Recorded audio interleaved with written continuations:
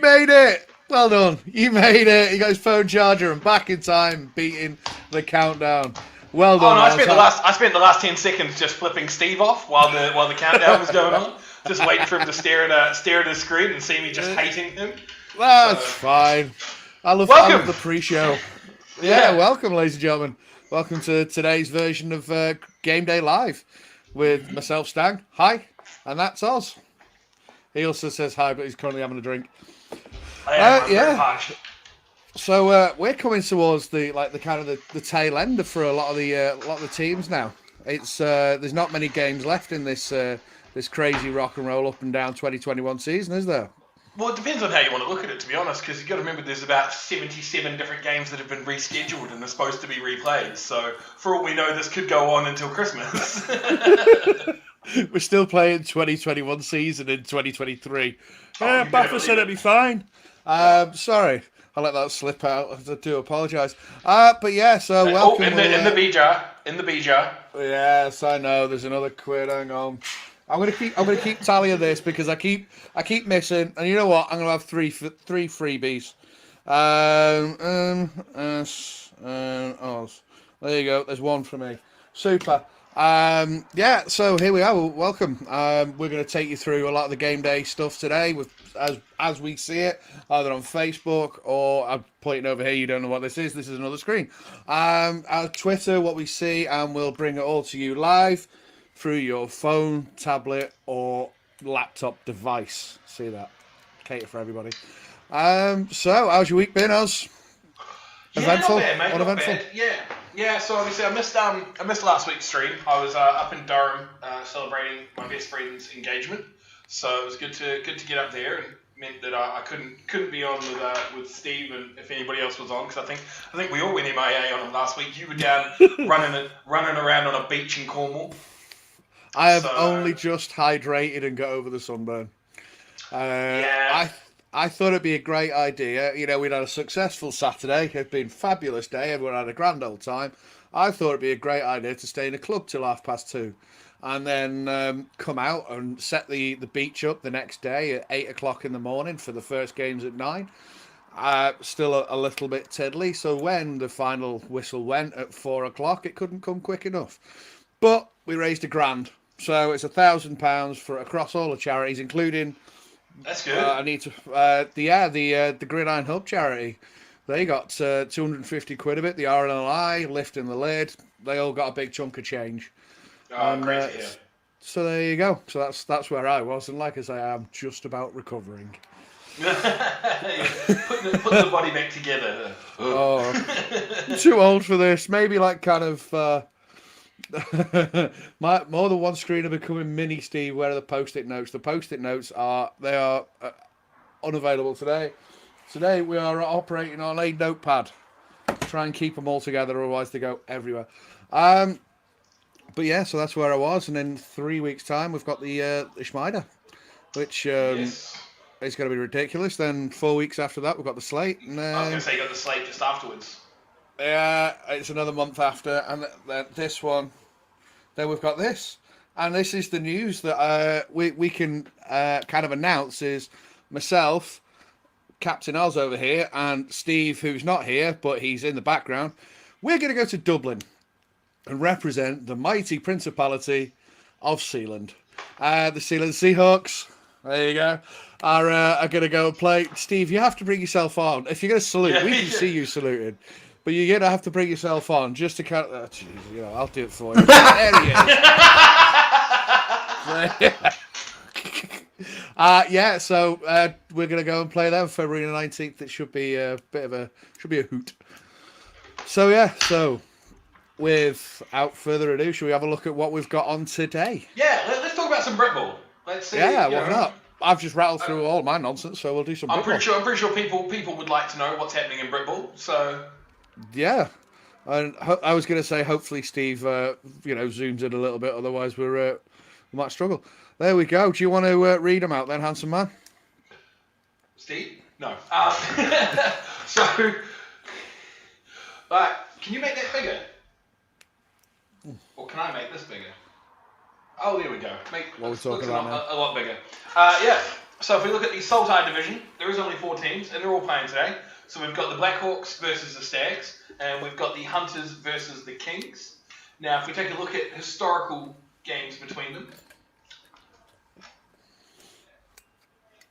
So keep going. Come on, give me more information. I don't know Saltire division off the top of my head. You should. Right, We're professionals so there we go. So looking at this, looking at this, I have no idea which way this is going to go, to be honest, because the Stags playing the Blackhawks last time they played, they did beat them 31-8. I would like to think better of Clyde Valley, to be honest with you, and the Humphreys beat the Kings last time round. But from what I've heard, there was a little bit of underperforming on Clyde Valley's part the last time they played, and they were quite disappointed with the scoreline. So I'm hoping that we can get a little bit of a bounce back, get something closer. But if I'm just going to base it purely off the last time they played, then I would say that we're looking at both the Hunters and the Stags. Wow, there we go. Clyde Valley lost their QB1, so Stags are going to win. Fair enough. Right, are we having this as your prediction then? Yeah, I'll take the Stags. I'm going to go chalk. I'm going to take the Stags and I'm going to take the Hunters. Stags, Hunters. You see, the problem is with Stevie in the background, we're just going to have to kind of assume which way he's going to go. I will go. To be fair, I'm gonna mix it up. I'm gonna go Kings. I can join for this if you want. Yeah, welcome. And I'm the same as Oz. I'm the same. I can't. Well, actually. Yeah, I'm going to go the same as Oz. Stags and Hunters. Fair play. Wonderful.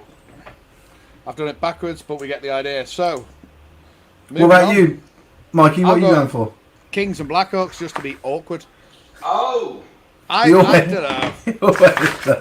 I'm that guy, but I don't know. I like Clyde Valley. I've played them against them in the past, and they're always a solid team to play. I've always been too good to play against them, but I've heard the good things. and I know Mr. Paulson's playing for the Hunters, so I apologise, Paul, but I'm going to go against you for a bit of a laugh. Love you. Right, so let's. What do we got as we move down? So we got. This is a tasty one. Oh yes, no, the Knights beat them last time out, didn't they? Knights. Where is it? Knights. I don't think they've played each other. Yeah, there we go. Yeah, 32-8. I was going to say because I remember being on that one, and it was quite a standard game for the Knights. They were in control most of the game. Yeah, I think they're sort of, the Knights are like the standout new team, aren't they? They're just doing really well, playing good football, beating everyone. Obviously, Nottingham in that division. Yeah, well, the Nottingham are they're the number one team in that division, but that's sort of the Knights are a solid number two. There's a bit of a tier break. There's the Caesars, and then the Knights are a bit down, and then the Alphas, the Lynx Lightning, and the Bombers are all kind of around. I would put those two together, actually, the Knights and the... no, you're right. But I think the Alphas are different to these two. Because the Bombers beat the Lightning, but didn't the Lightning beat the Alphas? If I remember rightly. Oh, did they? Yeah. Yeah. And then but then they refused to play them the next week. Yeah. And there was this big furore about it. So, so they got that's the thing, they got the walkover victory the next week. I think Northants... That's my point. I think it's comfortable with Northants. Have you heard the Breen saying Northants? No. Well, Sean Breen in particular, he says Northants. Northants. Oh. Yeah. And I tried to correct him loads of times. It doesn't work. Northants. So I'm going for the Northants Knights. Yeah, I've got Knights. I'm going for the Northern Ants. North Canants. Yeah. Reverse fixture from last week. Titans. Yeah. Titans. Yeah. Titans. Sorry, I want to be. Same thing. No. I want to be interested and go, hey, I want to be the other way. Nah, it's Titans. No. Yeah, and didn't. Oh, I need to go and have a look. But didn't the Wolverines give the Nighthawks a game last time they played? Let's have a little look. I know they ran the Titans really close. Oh no, they didn't. Not even close. 60. Well, it was the Titans. They did really well. See, that's but that's because I was of the firm opinion that they started slow. That I was of the firm opinion that the Titans started with right. No, you don't get 47 points without making adjustments. Like, you know. But if you remember, the Wolverines they were like 30 something at half time. They were winning. They were like 36 something up at half time. That was I thought the Titans played their backups through the whole first half, and then they came back and put like 30 something unanswered on them. I'm going for the Wolverines. Ooh. I'm saying you're drunk, and I'm going to say that Merseyside puts 50 on. Yeah, I'm going Nighthawks. Drunk on white chocolate grenade carb killer. Yes. Nah, not really. Like a sponsor. I should contact them and say, can you sponsor me? Can we also say? I'll tell all 10 people that watch my show. Can we also say, if Craig is watching this in the kind of the couple of minutes before, we and everyone that's watching on Gridiron Hub, touch your screen and hope that Craig Owens scores today. Touch the screen. There you go. Put the power of Gridiron Hub through this. Craig Owens in the end zone. We riot. He keeps putting in sterling performances, but just not getting over that line. He's fantastic, bless him. He's also the best roving reporter we've ever had. Yeah. He is. Yeah, the bar's low on that one, but yeah, he definitely is the best we've ever had. Yeah, but he set the precedent. It's right. Hold on, I do have a score update. 46-0 the Apache against the Monarchs. So I'm gonna I'll update that shortly. Right. We've got that one. Let's go. We're at the Revs and the Railroaders. Revs. Yeah, Revs. Revs. Yeah, we don't need to look at their league. We know what's going down there. Yeah. Railroaders. YouTube weren't fucking here last week. The Railroaders didn't play their game. Oh. Like, so you know how much we gas them, and we have been for the whole season. How much we love them. Like the darlings of Britball and all this. You love them. I do love them. Yeah, you do. That's yours. Shut up. Shut up. On us. No, mine's the Bombers. The Bombers are my darling team. I love you don't like the Crew Railroaders for how they've behaved up until last week? I just don't care. Fuck off. Up until last week. We're moving on. Cats. Cats. Well done. Up and got shafted this week, last week, the week before that, 2 weeks ago. Well done. Well done for getting more poundings than Mia Khalifa. Like, what do you want? Speaking of poundings, I can't see Ouse Valley doing much against the Cats. The Cats are on for 7-0. Great season, and then this one's actually the game of the week for the Breens, and I'm gonna have to jump because they always pick like they're so meticulous how they pick stuff out and how they put their logic together for their their picks and their very controversial rankings. So I just want to jump in. I actually do want to jump in on that league and have a look at this. So the Devils versus the Cardinals, right? So let's have a look in the league. I would just like to say, the last time they played, right, both of you lot picked the Cardinals. Picked the Devils, and I picked the Cardinals. It was 1 point, innit? Yeah. Oh, well done, Oz. Yeah. Yeah. And you were both so adamant. Okay, so who are you picking this time? I'm taking the Cardinals again, and they will lose. But I'm going Devils, yeah. Devils are at home. I like the Devils. I like the Cardinals as well, actually, but I'm going Devils. Cardinals, Oz, yeah? For me, it's the fact that they did the rebrand and they got rid of the pedo doing the snap position. Yeah. That was the rebrand is. Watch me piss, kids. Watch me piss. Yeah, I'm all over Ipswich now. So I'm on Devils. It takes a woke club to realise that their mascot is just completely unacceptable and change it to something that looks. I don't know. That's not wokeness. That's just in the past they've just been completely blinkered. Wrong. Woke was the wrong word. It takes a good club to realise that it's... They're trying to turn the corner. They've still gone for it feels like a very religious theme still. But I get that because... But then they could have gone for the bird, the cardinal, the red cardinal. That's so cliche in every sport. So I kind of like the fact that they've gone a different way about it. Whatevs. This one... the Aztecs are just storming everyone, right? But there's a couple of posts from Aztecs players that they've made on old Nobby that plays for the Warriors that shouldn't be in the sport that I hate. Everyone hates that guy. Nate Webb. See, I was going to go classy. I wasn't going to name Nate Webb. No, I don't care. I think he needs to be named and shamed and just pushed away from the sport or convinced that he shouldn't even be involved in it. But anyway, a couple of the Bristol players have commented on the post that we made showing the footage of him. The only way I can say it is assaulting the Blitz B quarterback, because that's all it is. He wasn't playing football against him. Oh, not that one. Oh, is it the? Sorry, I thought it was the one where he chokes the woman out in the bar. Yeah, no. This one was on the field. But a couple of Bristol players have said like they're following up on comments from like 2 years ago where they said like, I wouldn't let this happen against my team and blah blah blah, and then they've come up and said like, I don't know, looking forward to this or something like that. I mean that, you know, I don't condone people doing stuff outside the rules of the sport, and I don't want this guy to be hurt. I just want him out of the sport. I just want to make that clear. Like, I'm not, but it essentially is cards marked if he's there today. You know, I think they're going to give him a rough time, and you can do that well enough within the framework of the game, right? Like you can, you can smash someone in their ass every single play and just, you know, jump on them if you want, like this. You can. It's allowed, you know, and it's hilarious when you see linemen do it.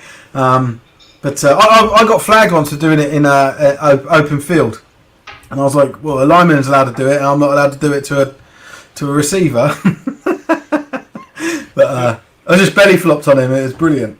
Anyway, is anyone going against the Aztecs on this? No. Carry on. Oh, this one. I think this one's going to split the room. I'm going Hearts. Hertfordshire Cheetahs. I'm going to go London Blitz B then. Are you? Okay. Yeah. Well, it's only going to split the room if you choose to be fucking. Yeah. Choose to be difficult. Well, so the last time they played, Hearts won 40-0. I think Hearts are the stronger team, but I like, you know, London Blitz B had a good performance last week against the Saints, although they were a little bit leaky against the Saints. Are the Stallions still the strongest team in the division? No, Hearts are. Oh, okay. Although the Stallions, it's interesting because Stallions haven't lost a game; they're undefeated. That was what I thought. I didn't think they. Well, so technically, actually, the way that this is calculated, you'd think even on points difference, with them both having the same win percentage, Wembley should be top. So I'm going to speak to Dom about that because I think it's because they've got more wins that it calculates them above them. But they also have no losses, so maybe I need to change that with the way that we calculate things. Because I think that, well, it's up to you guys as well. And a differential as well. I mean, you could always contact the governing body for advice. Their bottomless pit of contact, like it's pointless, isn't it? Like I'm just going to send them an email. You joke that. I don't think you can contact the governing body. No. Like I don't think it's possible. I think you can reach out, but whether anything is actually, you know, any contact is actually made, because the way that I see contact is like a two-way street. So if I'm contacting someone, you're talking about communicating. Oh, sorry, yeah, you communicate. Yeah, you're right. I can contact the governing body. I can send them a mail that says "Go fuck yourselves." But whether they communicate back is going to be completely different. Yeah. Do you know what they need? Do you know what they need? Is they need to pay someone about 10 grand a year to take on the role of comms. Just do everything. That'll solve everything. In a part-time capacity. Yeah. So just to answer everything. Because they could get someone. They could get someone for like 20 grand to run the day-to-day operation. They could put someone. They could put someone into an operation. No. Yeah, stop talking logically. Because really, what you could do, technically. So what? Pete's on 60 for his part-time job. The other person they're looking to play around 20 for another part-time job. So that's 80 grand there, right? That's 80 grand. Well, you could pay two people 35k full-time, and they would absolutely nail it. You could. Like you don't need a CEO. You don't need a paid CEO. You could have a CEO, but the people you need to pay are the people that need to do the work. Pete's not doing any work. He's trying to strategize and 10-year plan and I'm going to ferry all this work off to this person. I think you take away his salary or that role's salary, and if that role is then not for Pete, great. See you, Pete. Go back to cricket. We'll bring someone in that can do it, and then two people that should get paid to do the actual work.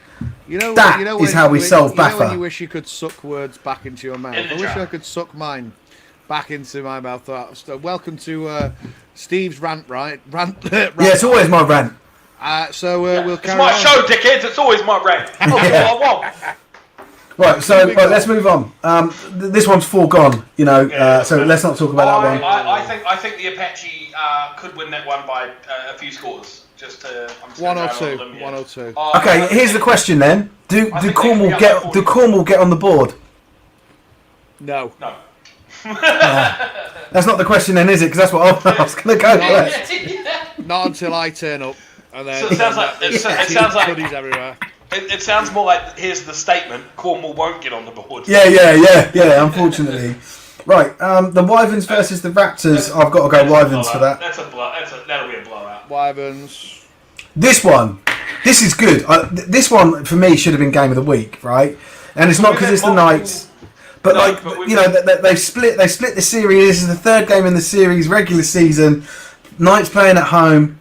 Bournemouth Bobcats. In the first one, Bournemouth didn't have a QB, and then in the second one, like Rushmore said that they had injuries left, right, and centre as well. Yes. So who does this just come down to? Who's the healthiest? Yeah, the least injured is a better way of saying that. Who can field more of this, like their original planned starters? Yeah. Britball.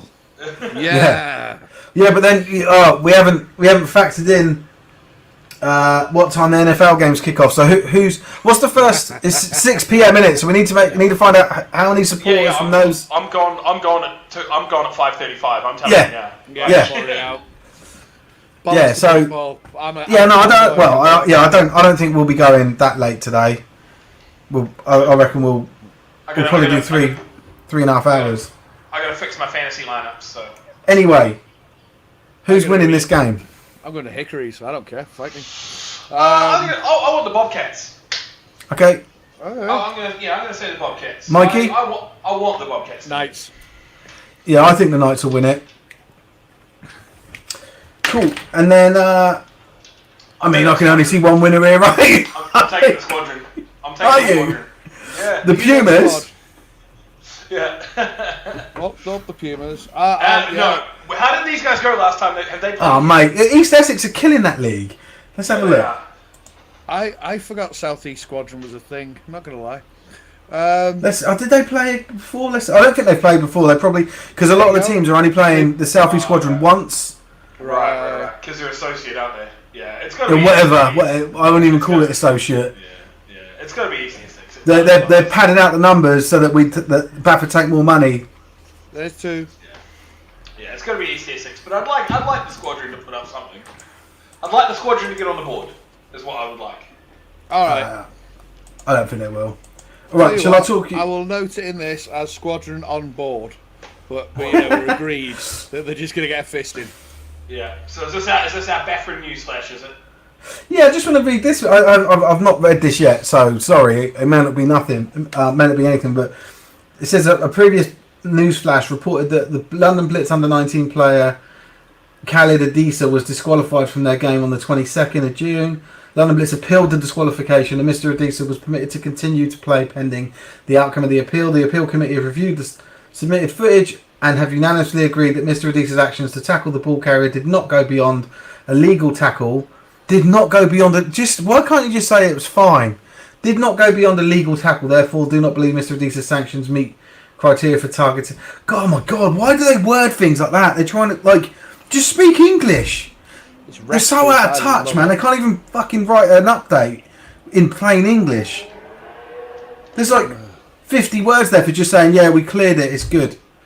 Anyway. Yeah, it's fine. Don't worry about it, it's fine. Yeah, just do a thumbs up icon, like an emoji. Can he play? Yeah.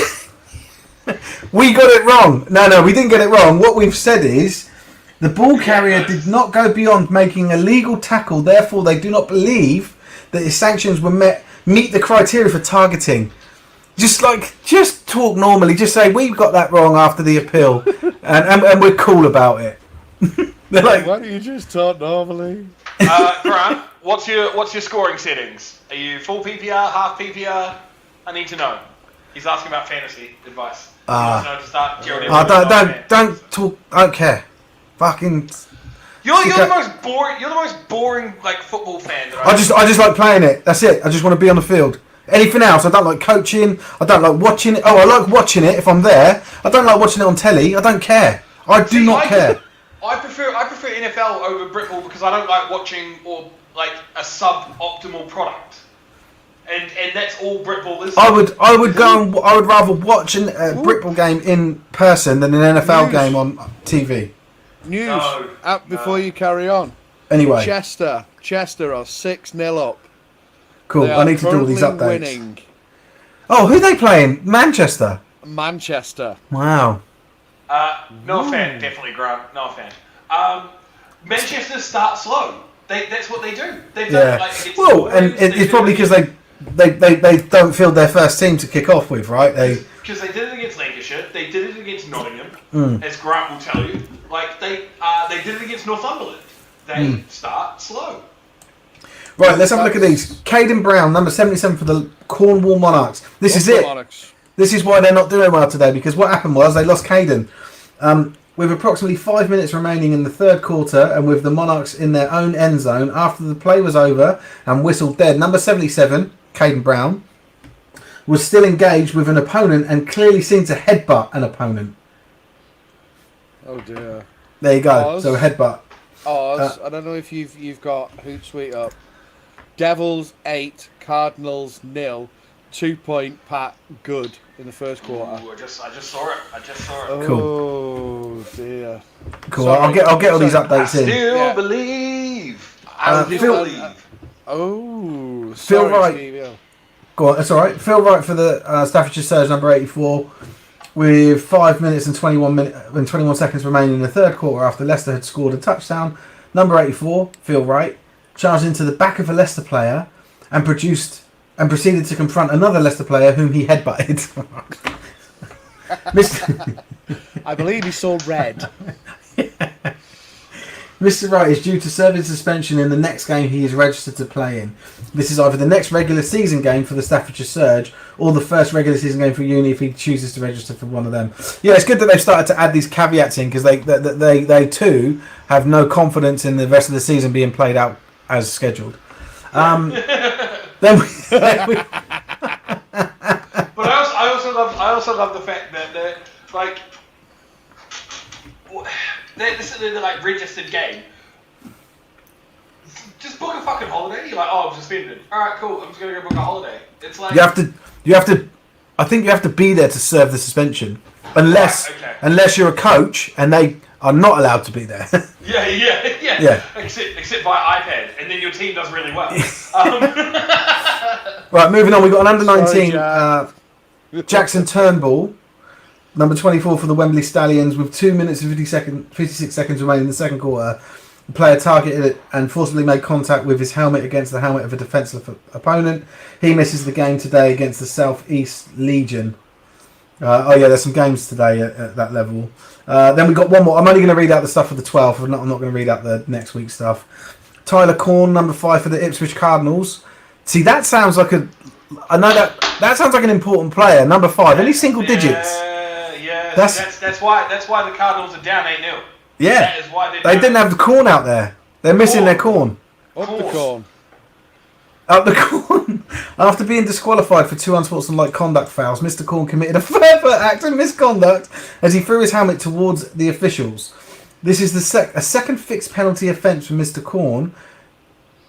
Oh, and Mr. Corn has been given 2 for a further. So he got a 3-game suspension. Love it. Because he got ejected. Because he got ejected.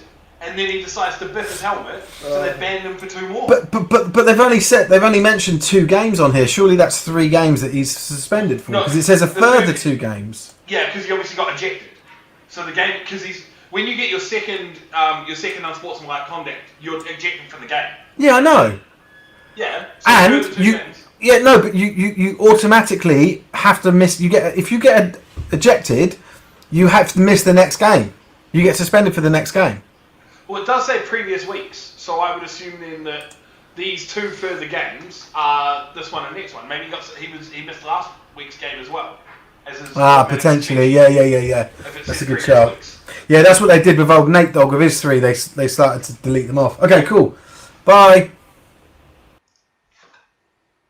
Wow. Oh, he's gone. Yeah. Wow, that was sort of abrupt. I was like, kind of, oh wow.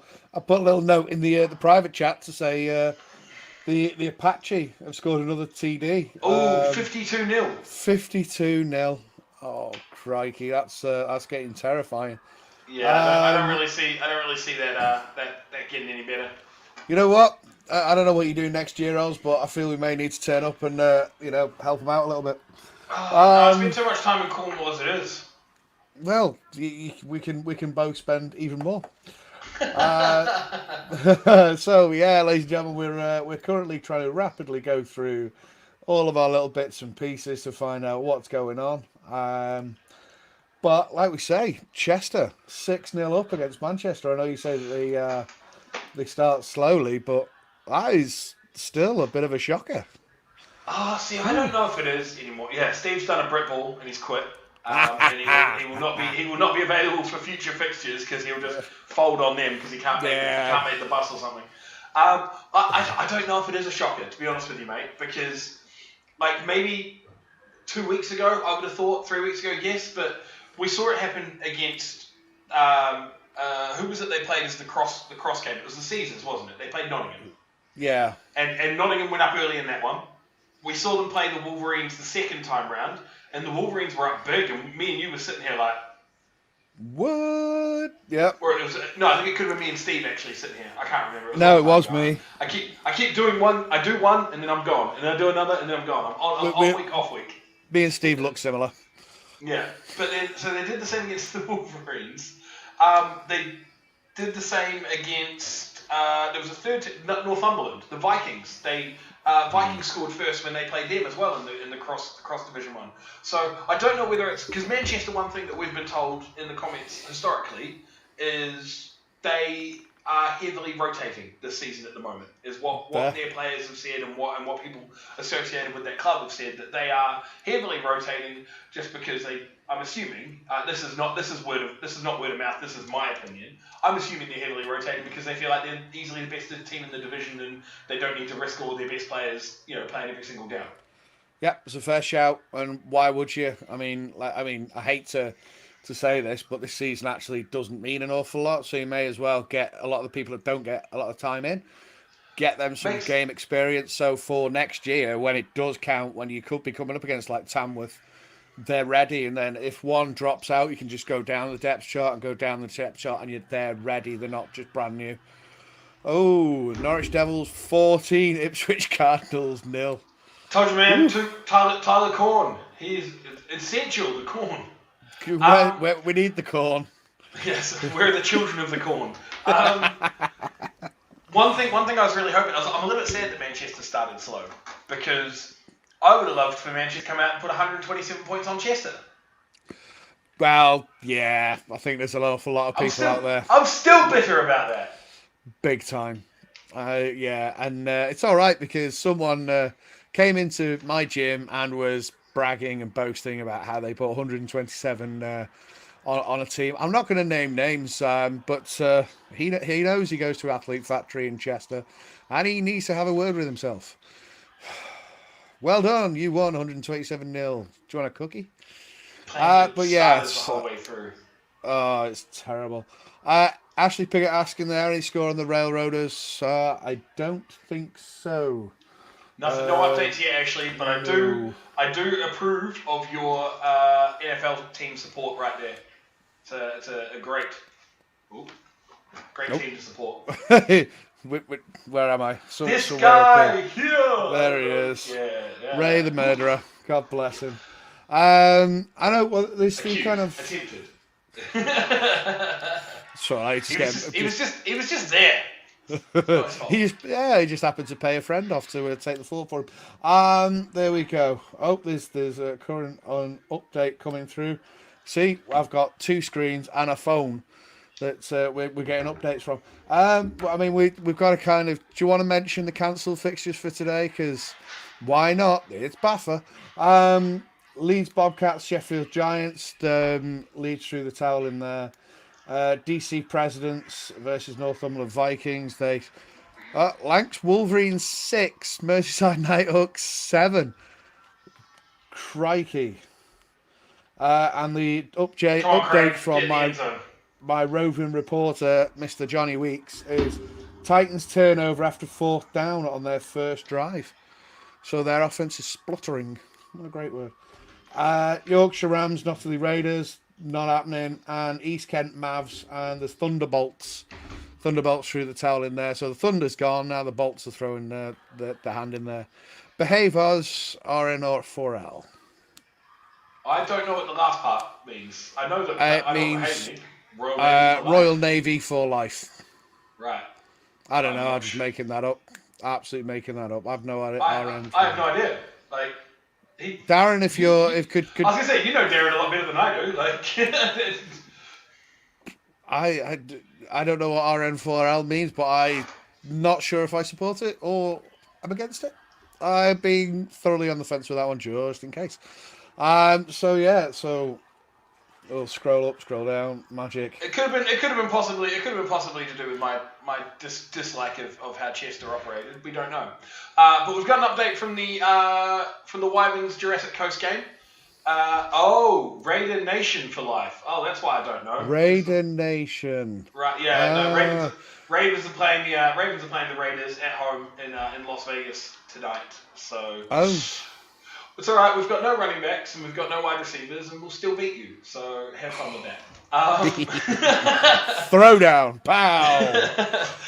So Wyverns Jurassic Coast. We've hit the end of first quarter, no scores yet. So I can only assume that Somerset hasn't had the ball. That's the only reason. Why haven't you scored yet? Come on. Yeah.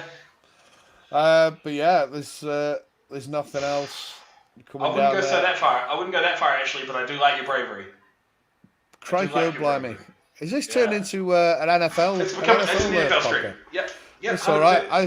Mate, it's the first Sunday of NFL season, so people are going to be excited. Like, I stayed up. I watched the Bucks Cowboys game on Thursday night. I stayed up until 4:45 or whatever it was when it finished, watching the whole thing.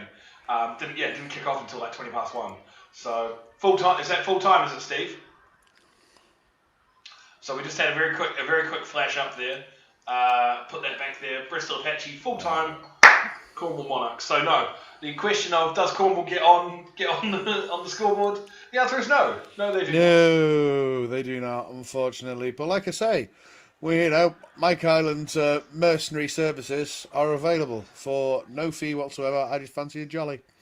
And if you want to try and convince Oz to go as well, give him somewhere to stay. We'll be there in a heartbeat. Oh. Fabulous. Merseyside 13, Lancs 6. Thank you, Alistair, for the update there. I can't commit to Cornwall because my allegiance lies solely to the fort. I'm sorry, I'm a one-man team.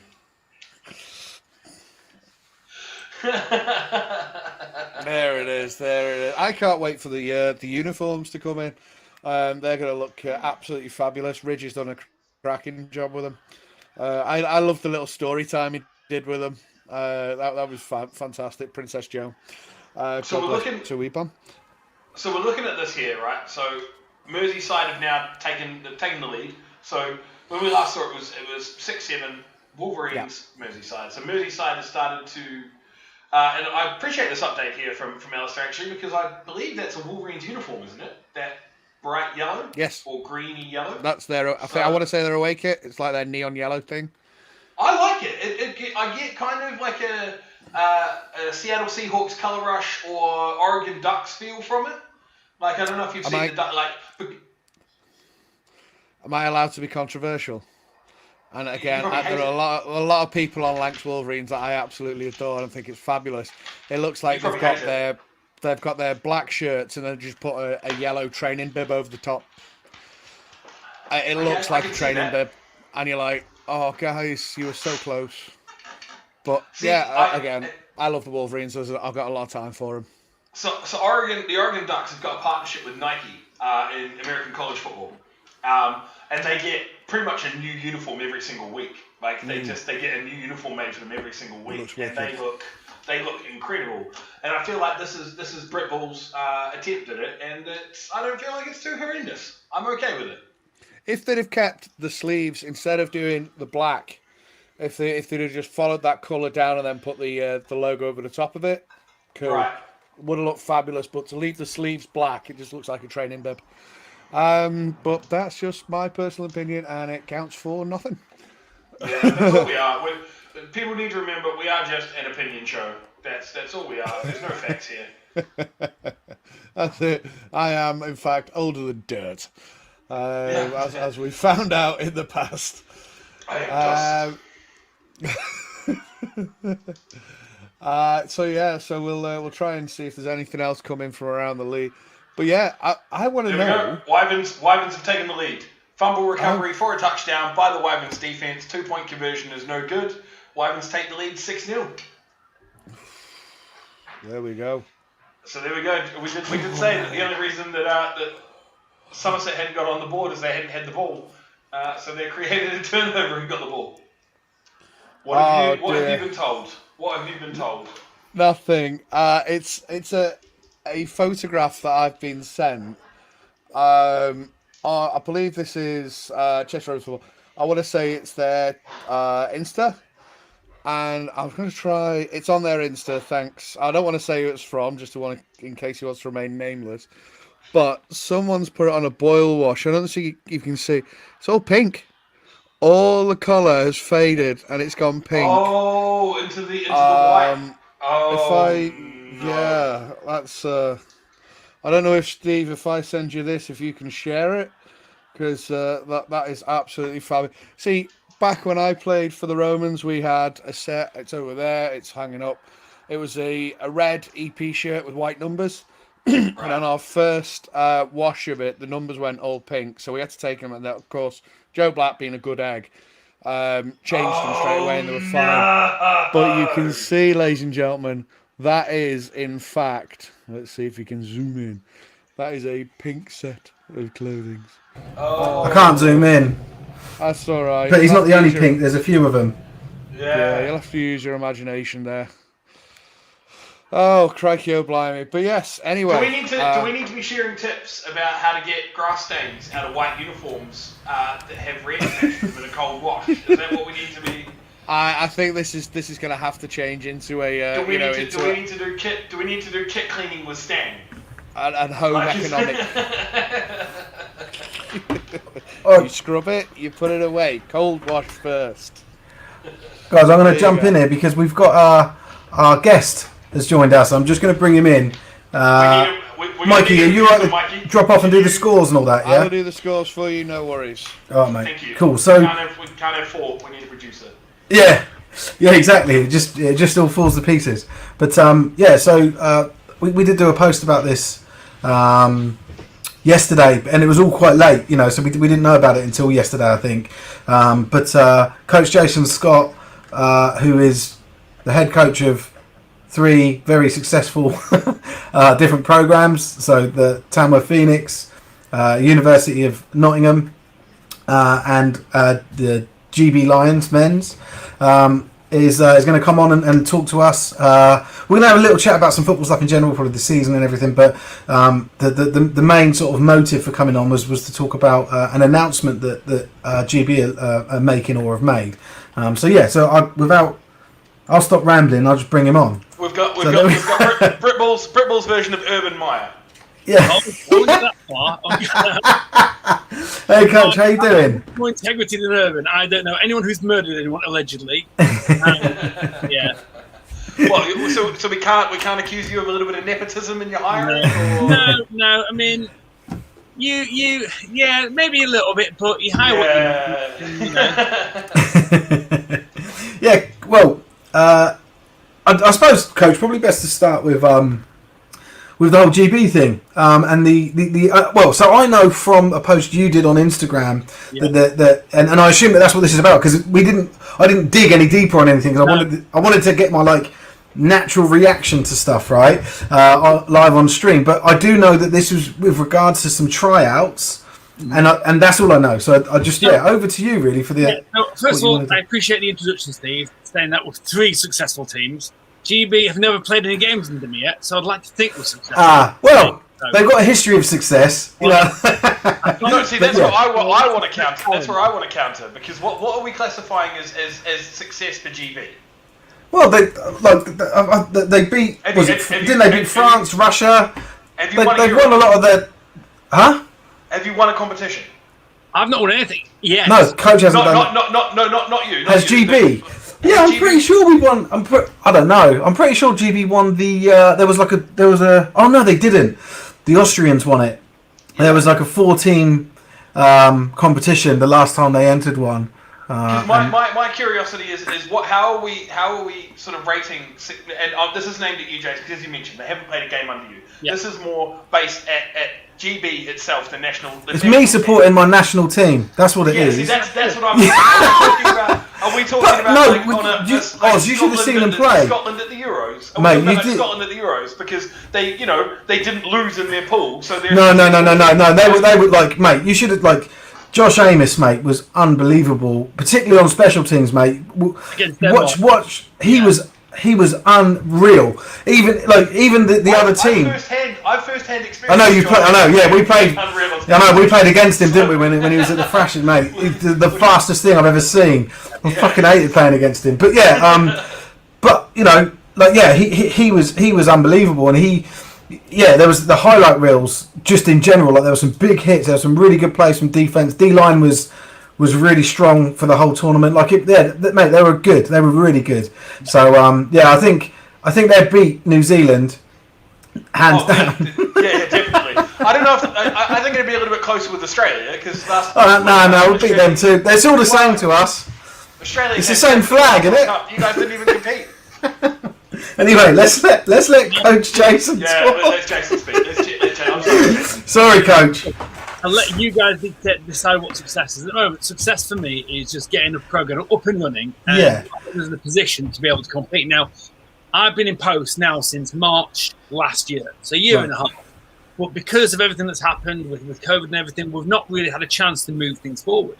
So I think what we're announcing over the next 24 hours is a huge step forward. What we want to do is talk about trials, talk about practice this year. It is my goal to have at least 4 meetups with the national program before Christmas, and then going into spring next year, have another good run up before we even start the next senior season.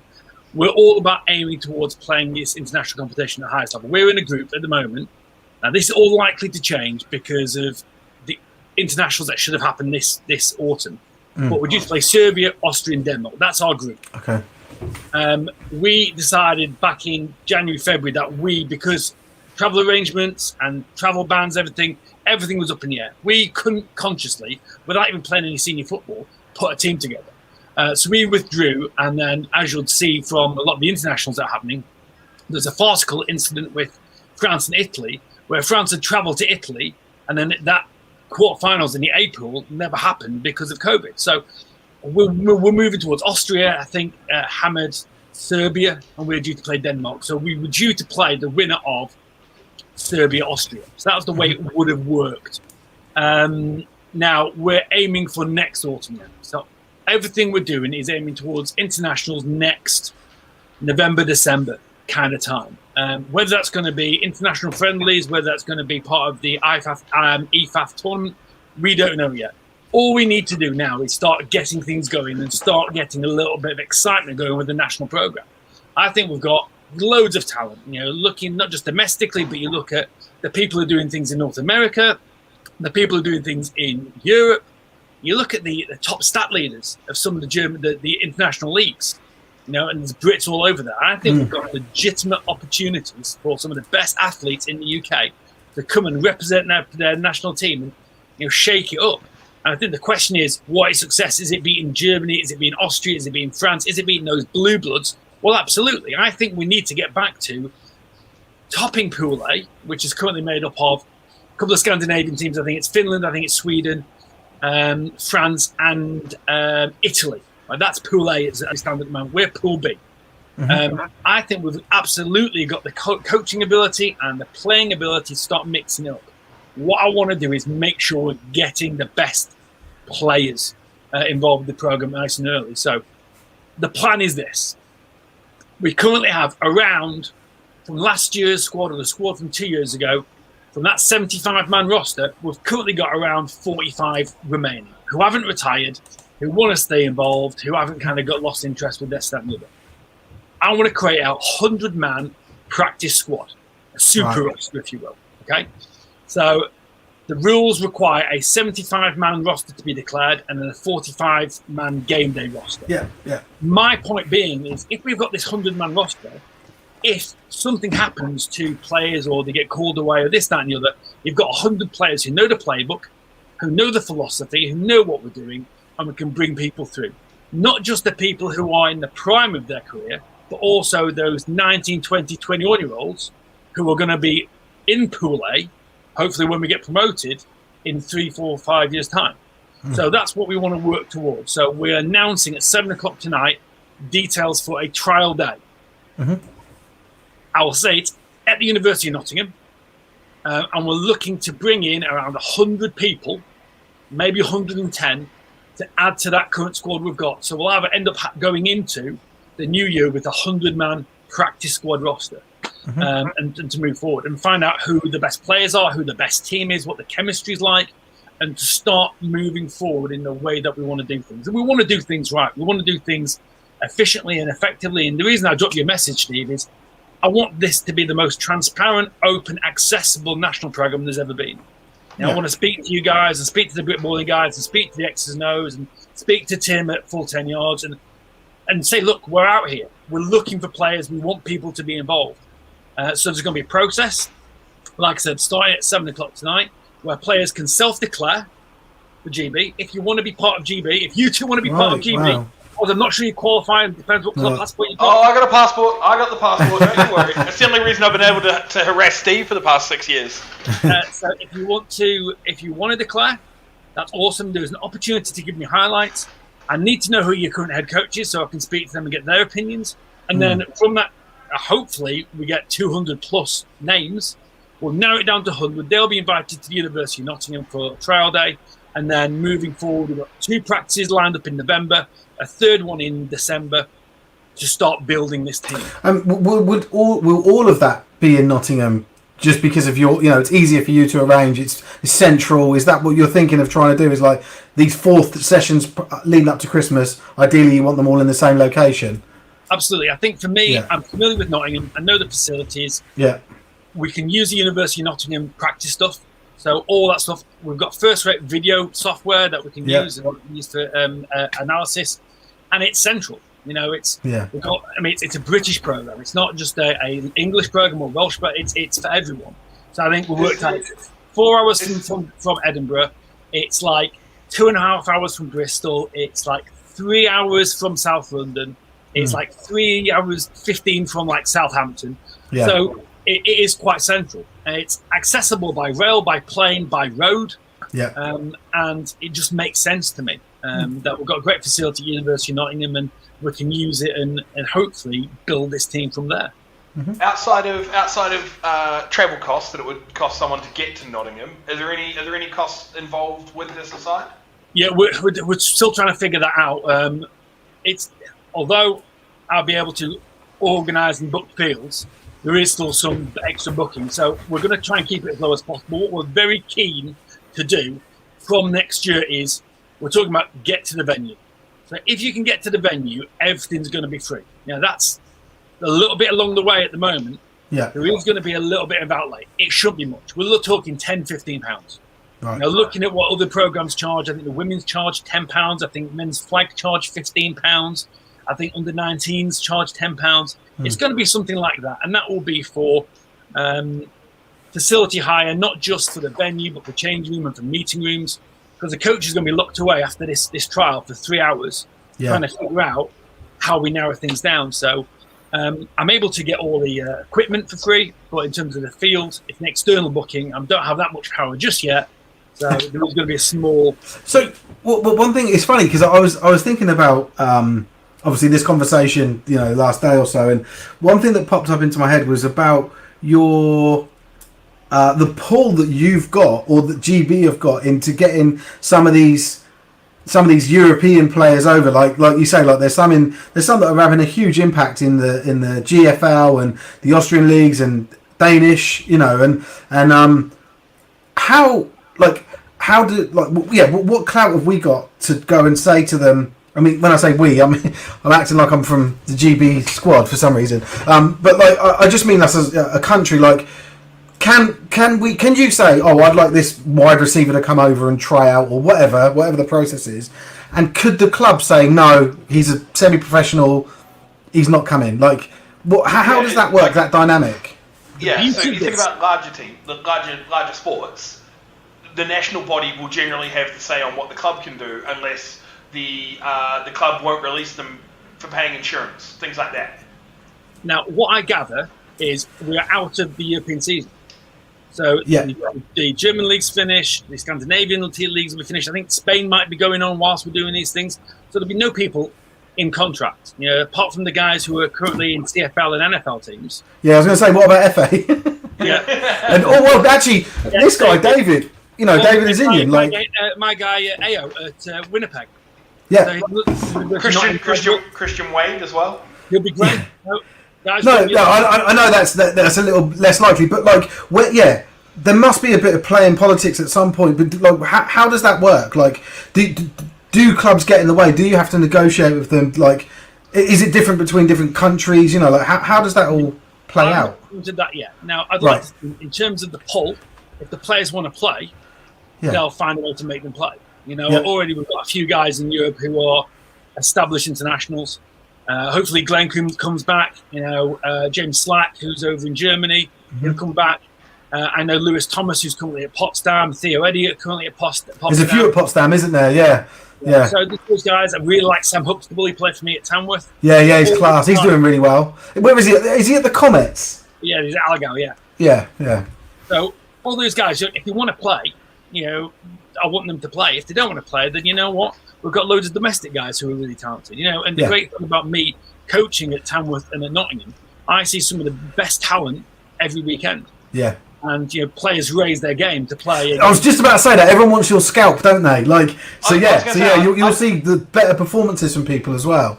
And I was a little bit worried because I didn't know you played the Warriors every weekend, but it sounds like you prick. If you see the best. We play the Warriors every year. The last we played the Warriors, and we do see them. I've got a great relationship with the Warriors guys. I speak to Coach Allen a little bit.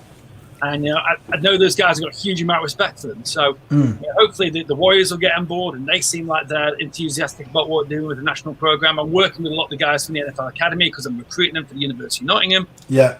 So all these young players that are coming through, whether Filton or the NFL Academy or Birmingham Academy or Manchester Academy, the Phoenix, the guys in Scotland, East Kilbride have got a phenomenal academy up there. The Highland Wildcats. That's right. Yeah. Bring all the young guys through, and all the coaches from around the country. We want to make sure we've got that, and I think with our coaching staff, we have got a good bit of coverage from where we've got. We've got Jamie and Spoonie up in Scotland. We've got Luke Holton at Manchester. We've got Alex and Duncan at the Blitz. That's an interesting point. So we've got a good. Did that factor in actually? I've never, now that you've articulated it actually makes sense. But did that factor into your thinking of picking people when you're coaching to make sure that you are diverse in a geographic sense, I suppose, rather than ages or whatever? But is that what you tried to do? Is make sure there's representation from up and down the country? What I wanted to do. So if you speak to any football coach at any level, you go, how do you hire your staff? And the first thing is, do I know them and do I trust them? Are they people who I am familiar with and know they will do a job? It would be remiss of me to hire a name from somewhere who I didn't know, because it's our jobs on the line, essentially. So I want to make sure we're hiring the best. And it's just fortunate that I've known Duncan really well from his days coaching at Leicester University when I was at Loughborough. I've known Spoonie since 2008, 2009. I've known Jamie really well. And this staff has kind of melded. And now we've just hired 7 graduate assistants who, again, have got a good geographical reach, which I'm really happy about. And the other thing I was looking at is youth. I want to get young on the coaching staff, just like I'm getting to get young on the playing staff. and I was looking for people who have represented or played for GB before. So we've got Deji Ali's coaching the running backs. I've got Eddie Cheadle and Ben Davis doing linebackers. I've got Steve Gregory doing D-line. I've got Al Jarvis working with the special teams. So it's really, really important for me to have players who are coaches now who know what it's like, who have seen previous programs and seen previous teams, and they know what it's like to play for the national program. So that's really, really important for me. So young, experience in terms of playing for the national program. Do I know them? Do I trust them? And the geographical thing, absolutely. It's nice to get a wide split. As much as I like to hire all guys from Nottingham and Tamworth, I recognise that we need to spread out a little bit. Yeah. Just the question there from the comments actually, and I was going to expand upon that because this person I don't remember their name. I think it's Luke, but he said, "Can Britball coaches come along to the trials as well?" And I assume that's in a spectator fashion. And the reason I was going to expand upon it was actually, do you allow spectators to come to the trials? Is it open trials? Like, could I go along and just sit in the stands and watch it, or is it all closed? Like, how do you facilitate it? We've got a great facility at the University of Nottingham where there's the field and there's a viewing balcony up above it. So if Luke, if that's his name, if he's got players who are coming down to trial and wants to get in the car with them, I'm not going to turn anyone away. Now, in order to get to the field at Nottingham, you've got to go through the gate. So your name's got to be on the list. It's like a nightclub, and it's an exclusive deal. The name's like, I'm not coming in. But if people want to come and rock up and watch, there's a viewing balcony. I'm not going to turn anyone away. Again, I want this program to be accessible. I'm not going to close the doors on anyone. And I've already said, we've had loads, I think, for the GA process. We had 27 coaches apply to be part of the coaching staff. And I can only hire, I was all told I was only allowed to hire 6, but I managed to squeeze an extra one in. So I've said to all those coaches who applied, come down and be a part of the program. And if they can't get to the trial day, come and be official spectators at the practice days, which are looking to be in November. We've got 2 dates in mind in November, which are, I'm teasing as well. Okay, cool. So with having this wider training squad that you're talking about having up to 100 players, where you want that amount of people to be accessible to the playbook, know what's happening, give you the chance to sort of, should people be unavailable, you can cycle your way through it. Would you be looking at having sort of like a white versus blue game, where you might have like incumbent starters versus prospects, things like that, or? Oz, you've read my mind. So, I'm just thinking of how they do it for college football in America when they have like the new freshmen and stuff coming through. That's the initial plan was to have that in December, but because everything's been bumped back and we're kind of getting cramped for time, we're going to push it till like before the season starts. So it will be spring football. So the plan is from here, trial at Nottingham at some point in October to be released tonight at 7:00.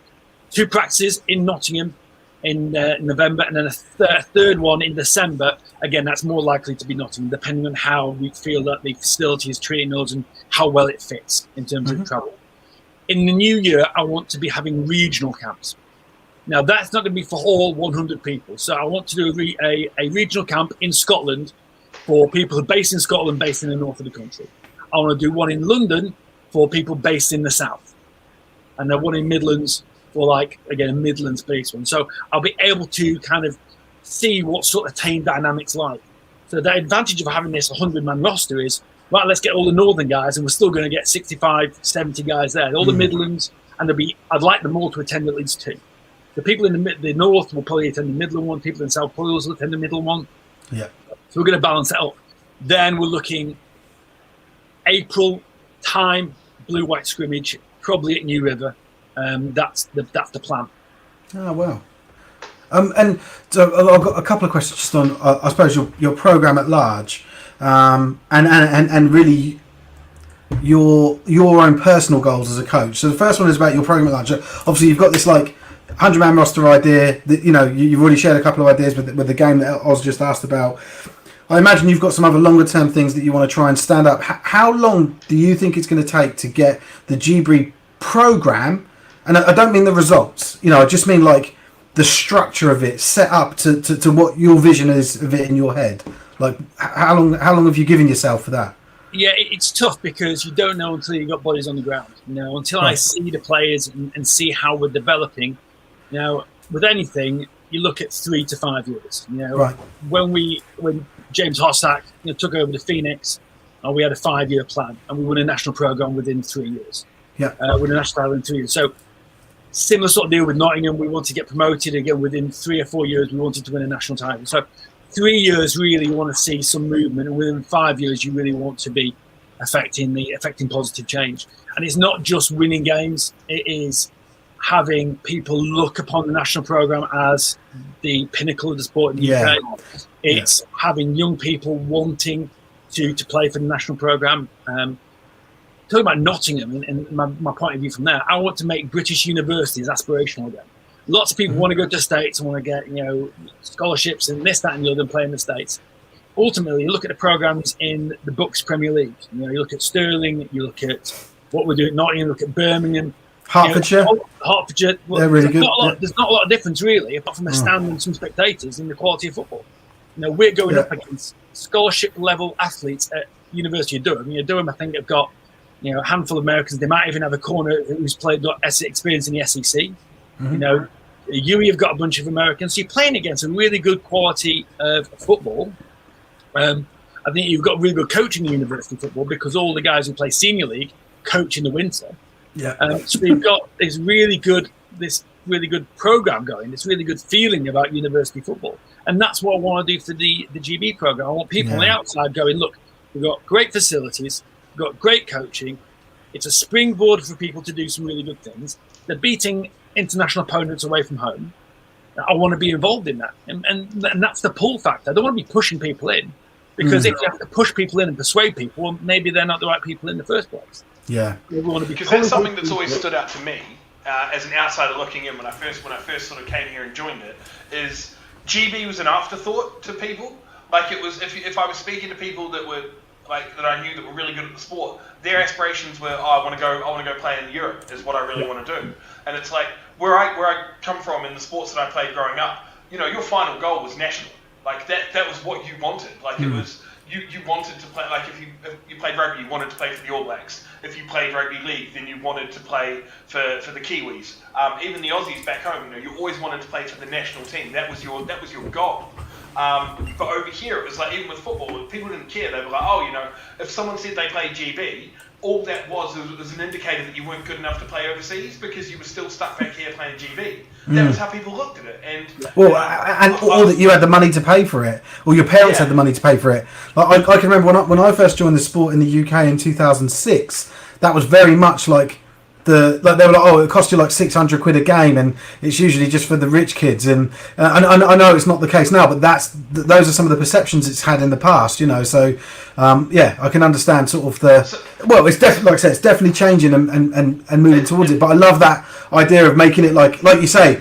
It's funny because I always say this at work. I always say to people, we want to attract and retain top talent. I work in learning and development, right? So I'm always saying to people I want people that leave our business to tell other people how great it was here, and it sends other people our way, And I think it's sort of, for me, it sort of sounded similar type of thing. Is like you want the reputation of the program to almost sell itself, and people want to be part of it. And I think it's a great aspirational thing. It sounds like you're trying to fight against the stigmas that we've mentioned before, where the GB is a bit of an afterthought. People don't really care.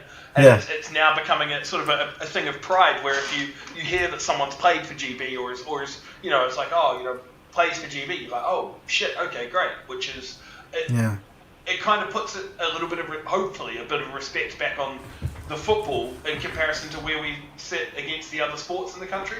Yeah, I think you look at it, and we've got so much talent coming through. And like I say, I'm very fortunate to be part of a great setup at University of Nottingham. We're working with so many young athletes. And you see these players come through, and to give them direction, say, right, this is what we're doing. Even at Tamworth, we've got a really, really young squad this year, and I'm really excited about where we're going to go with it. So let's put, focus on the youth and bring them through. And, the guys at the NFL Academy and Filton and all the junior setups up and down the country, the Ken Exiles are phenomenal. All the Blitz have always done really well.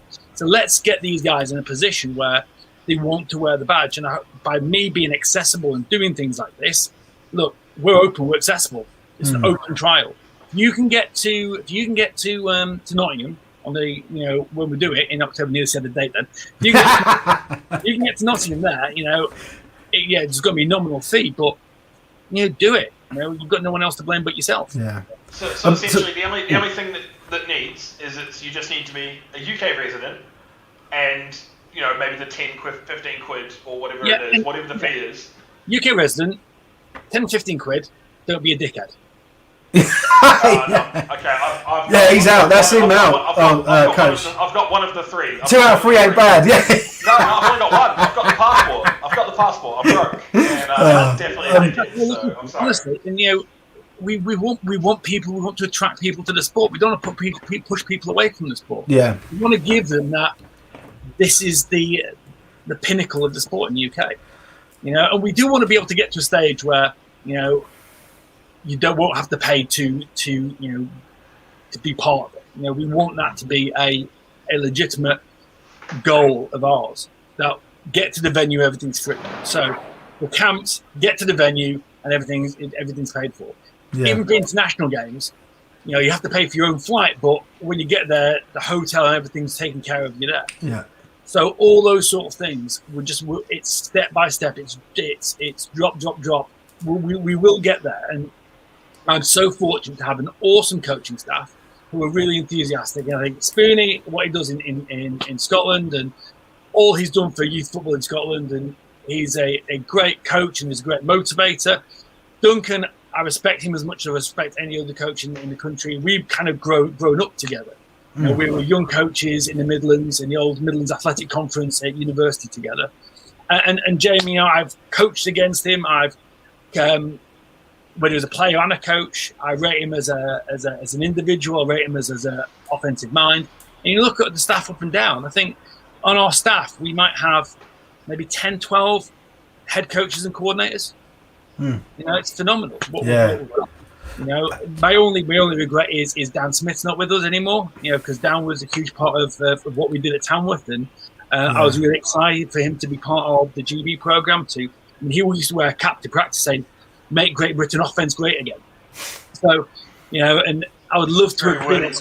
So part of our thing is, I want to live up to his legacy. I was going to say that, you need to turn that around to a positive and let it motivate you. That's I know how difficult dealing with grief is, and the one thing I try and do is to turn everything into a positive, and it's really hard because it's a dark thing, right? And it's a dark thoughts that enter your mind, and but on the flip side of it, as dark as it can be so, the light side of it can be exceptionally bright, and it's about making that, and that's the same, that's why I started the Amley Fund after the loss of my daughter, and it I'm driven to make it a success because I wanted to make sure people didn't forget about her, right? And I think for the same type of thing for you with Dan, and I was it breaks my heart hearing about it. And I saw a post you did recently about it, and I can imagine that you using that for your own motivation, but also to motivate your coaches and your players as well. Like I said, it's an extremely sad thing and an awful thing that it will always be awful. Yeah. But you'll get these glimmers of just sheer brightness out of it. You've got to stay positive, and it almost brings me to tears just thinking about it, mate. I know what their feeling is, and it's awful. But it's great to hear that you are using it in a positive way. And it has been a real tough year, particularly everyone who's been involved with the Phoenix and know him. Myself and James Hossack and Alan Steele, who are kind of the senior coaches and organisers, and Elliot Walters and a bunch of guys at Phoenix who really, really struggled with it. It was tough. That first game back, and we even the first practice, you half expect Dan to kind of ambling in with his shit-eating grin and just kind of lapping it up, and it was tough to go through the season that we have without him on the sideline. Not only because he's just a great offensive man, but it's just a beautiful human being. Yeah. And he just made us all better, athletically, academically, emotionally, spiritually. So again, it's a big part of my motivation is to do Dan proud, both for the Phoenix and for the national program. So Yeah, no, it's good. It's good to hear, and like I say, I wish you all the best with it. One thing I did want to ask you about was, and it's funny because as you've been talking, I've been thinking, God, this could apply to actually everything that you're doing in the game. But do you have like an exit strategy? Like, do you have like, like when do you know when you're done? Or like, do you know what I mean? Like because, and the only reason I'm asking you, and I don't know, I know he's laughing, but I didn't mean this to sound insulting. But like, you've got a young family, I've got a young family, I've got another kid on the way, right? And it's getting harder and harder to try and commit time. You've committed your I don't know how much time, but three head coach roles that you're now starting to juggle, as well as being a dad. Do you have in your mind like a certain period of time, like I don't know when my youngest kid is 6 or whatever, or do you have like when I've won X things or got certain accolades with each thing, then I'll step back? Like how, or is it just I'm going to go for as long as I can? Like how do you approach that? Yeah, it's really tough to keep going without burning out, and there's been tough times. Again, these last 2 years have been really, really tough. But you go on for as long as you can, and like my daughter Beatrix is coming up to 2. I've got 2 stepkids, and I've got a hugely supportive partner who's currently outside playing with Beatrix right now, and it's awesome. I think that you go until you can, until you can't give any more. When you know there's someone who can do a job better than you, then you move away. Right. I'm a firm believer if I'm going to pour myself into it, and at that point where I know that someone else is going to do a better job, then I'll move away. Like the All Blacks before, I'm a big fan of the book Legacy. Have you read the book Legacy about the All Blacks? Which, So are you talking about it's about the Black Book. So when you're cut by the All Blacks, you're given the Black Book, and it's the All Blacks rules for life and how they do things. And one of the rules is leave the shirt in a better place than when you found it. Right. So the generations in the future are going to inherit something that's better than it was right now. Right. That's what I want to do. I want to leave the GB job, the Nottingham job, the Phoenix job in a better place and in a stable place than when I first inherited it. Yeah. So that's when I'm going to move on. And when I can't give anymore, when I think I'm starting to, my brain's failing me, or I'm not as efficient in X, Y, and Z, then that's when I move on.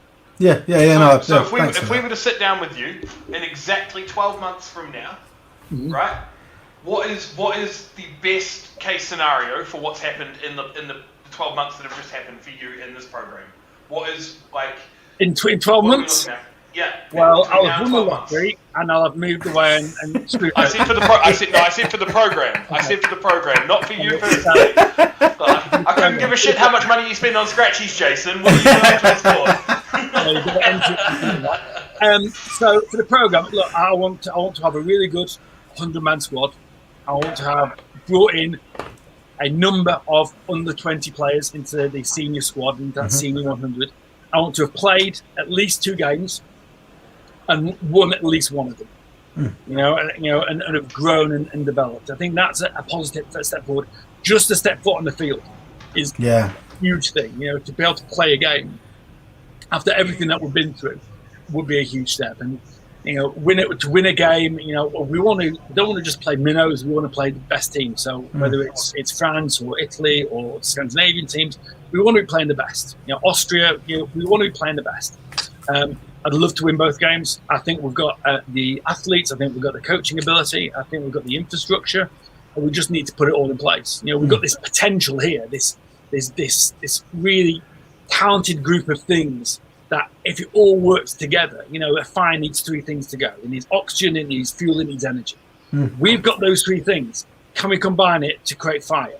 That is my task is in the next 12 months is to be able to make something special. About 15 minutes ago, you mentioned IFAF. Yeah. Is the next time they run a World Cup, is that on the paper? Because I remember GB didn't compete in the 2015 World Cup. No, because you need to win Europe first. If you win the European Championship, is that the only way you can go? Yeah, so you've got to win your domestic league. So Australia went, Japan went, Mexico went, Brazil went, and France went. Yeah, France is the European champions. Yeah, so and Korea was there as well because I think it was about 20 or 30 of my friends were in the Australian team. Yeah. So I was following along every chance I got, and I didn't realise that for you guys to qualify, that was what it took. I believe that's a qualification, but you know what? That's the goal, isn't it? Why do you play the game? Because you want to be the best version of you that you can be. The only way you can do that and to be the best team you can be is by playing against the best. What's stopping GB from competing with the other smaller European nations? I would say you. I would say you sort of answered that to an extent. So I think it was more because Jason said that he wants to. He doesn't want to go competing against the minnows. He wants to compete against the top nations. So I'm wondering nothing, and we want to compete against anyone. We'll play anyone. I constantly say, hey, I'll play the '98 Dallas Denver Broncos if you let me.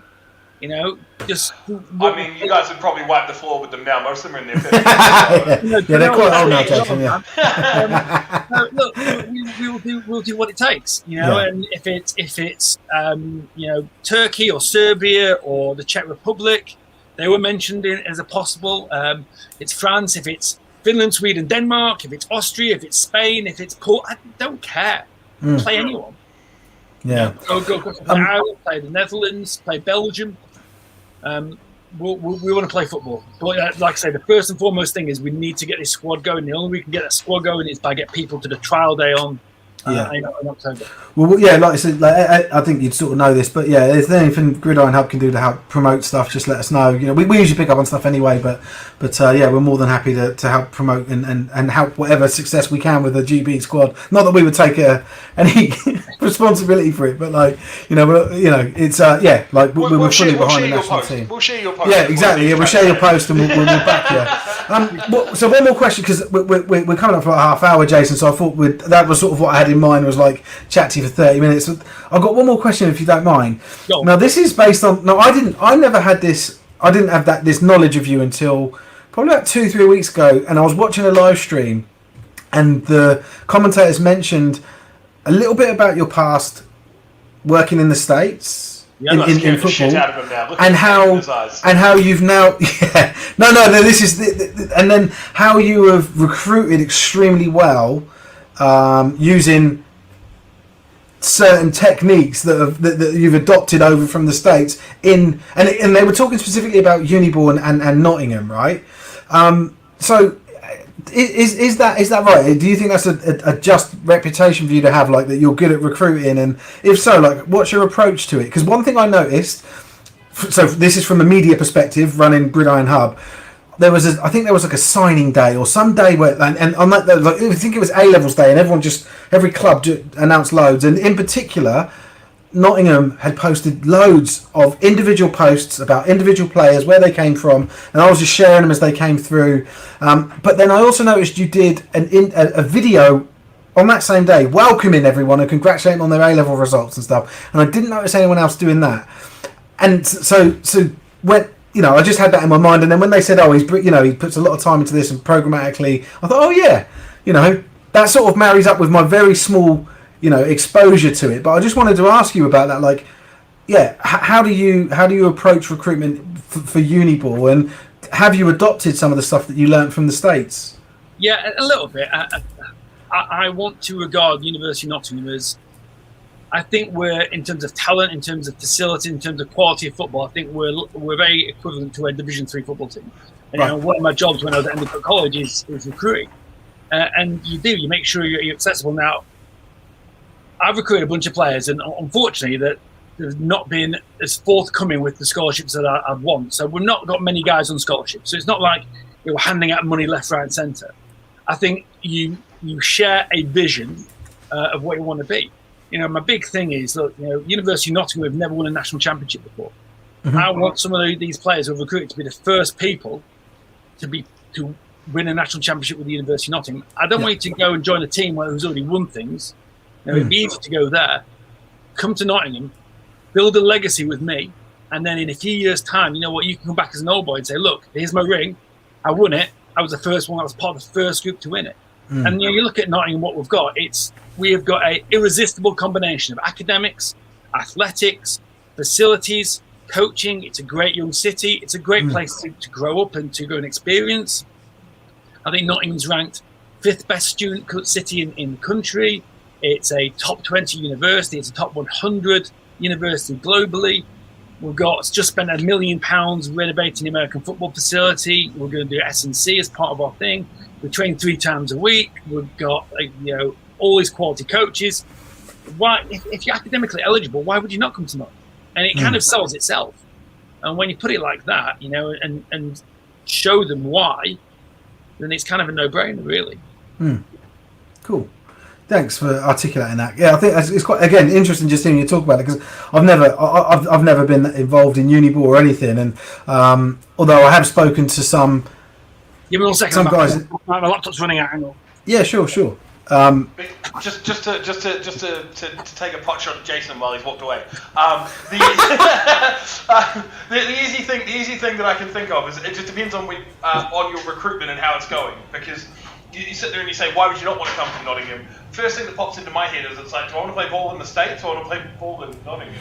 No, well, it's interesting, Oz, right? Do I want to go to Tuscaloosa or do I want to go to I was chatting to there's an ex-NFL player that I know that's running, that looks after like underprivileged kids in the States, like urban area kids, and they're part of a league, and essentially these kids like chucked out of a lot of other leagues. They got really bad backgrounds, and I was talking to him about like the university ball over here, and how comparatively it's a lot cheaper to put a kid through university in the UK, even if I'm not, even if they're paying for it, than it is in the States.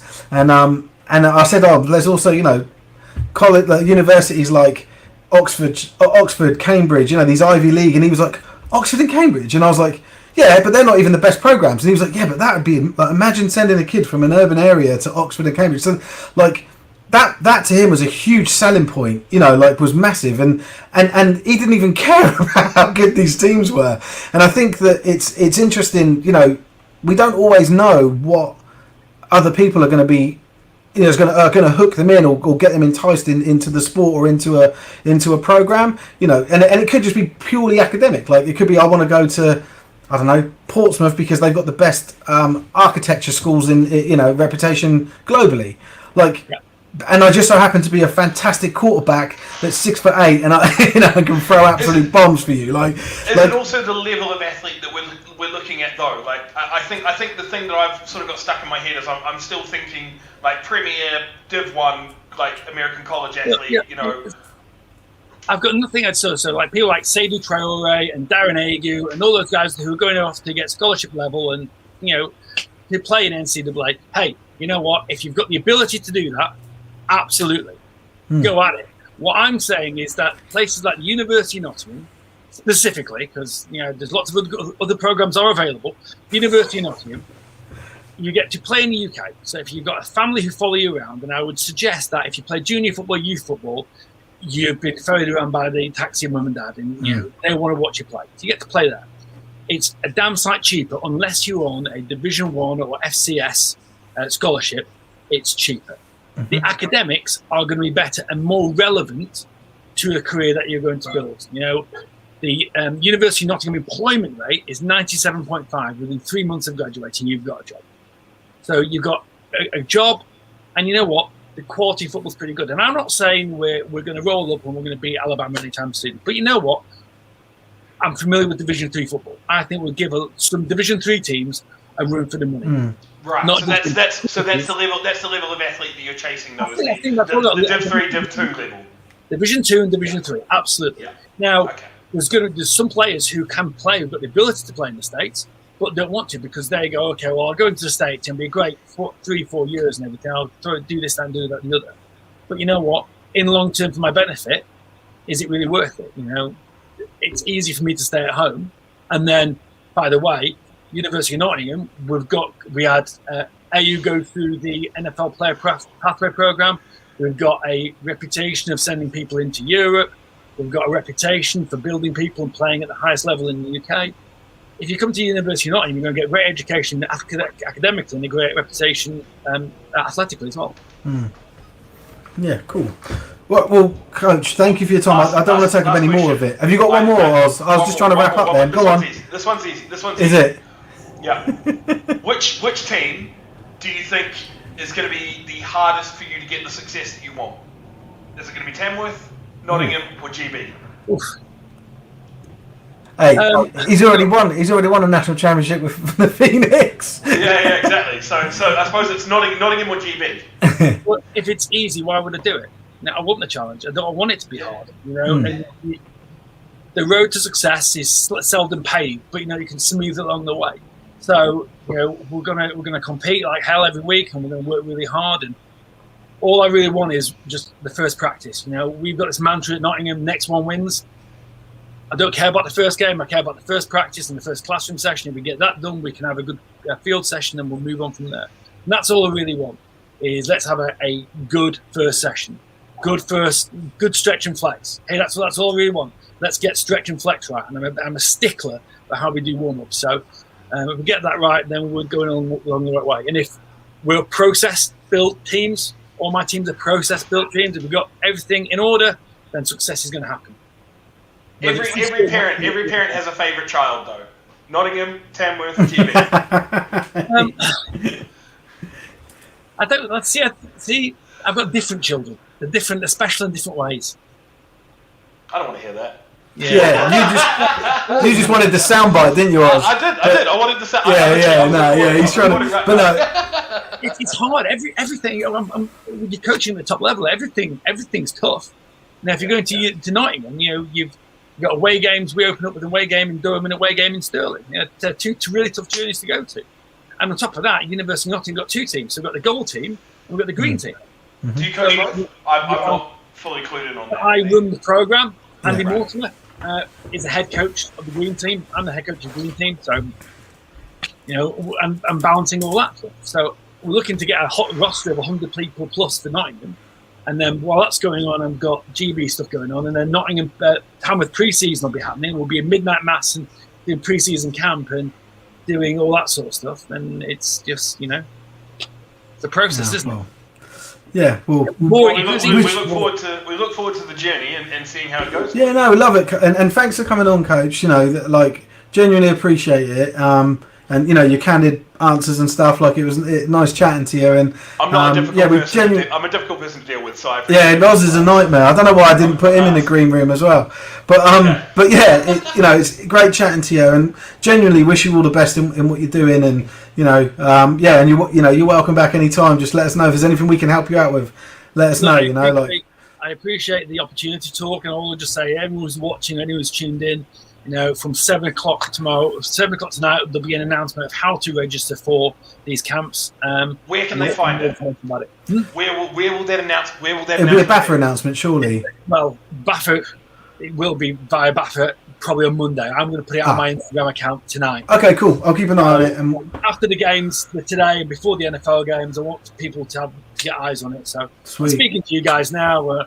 I'm speaking to some podcasts still on the way, and hopefully it'll be flooded, and there'll be, over the last 48 hours, I think I've had an extra 300 people added to my GB Instagram account because people want nice. So, good stuff. I appreciate the support you give me and the support you got for the program. So, look at that continues. If anybody wasn't following the GB Instagram account, where could they find it? What's the? So follow my personal GB account, which is, I just need to check this because I've got multiple accounts. It's GB Lions head coach, I think. There you go. It's GB Lions head coach. Yeah. There we go. So if you're interested and you want to see this update, guys, make sure you're jumping on Instagram to follow Jason's Instagram. Yeah, I was right. GB Lions head coach. Definitely. Yeah, give him a follow because. You've actually done some. There's actually some really good content on there as well. There's not loads of posts done, but you've done some really good videos where you're addressing people and telling people what's going on and stuff. And there's that. I don't know that people know that account exists, so we'll plug it a few times throughout the next couple of weeks as well. I can tell you that currently, how many people know about this account? 571 people know about that. Yeah. Let's get that to at least 1,000 by the time your camp comes around. Man.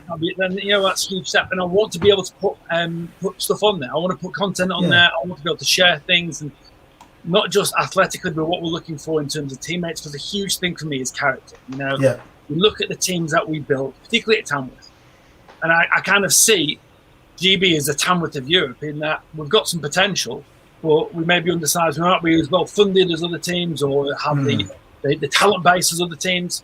Now, what we did with Tamworth, in 2017, knocking off the Blitz and the Warriors back to back and competing. The Blitz haven't beat us in 5 years now, I don't think.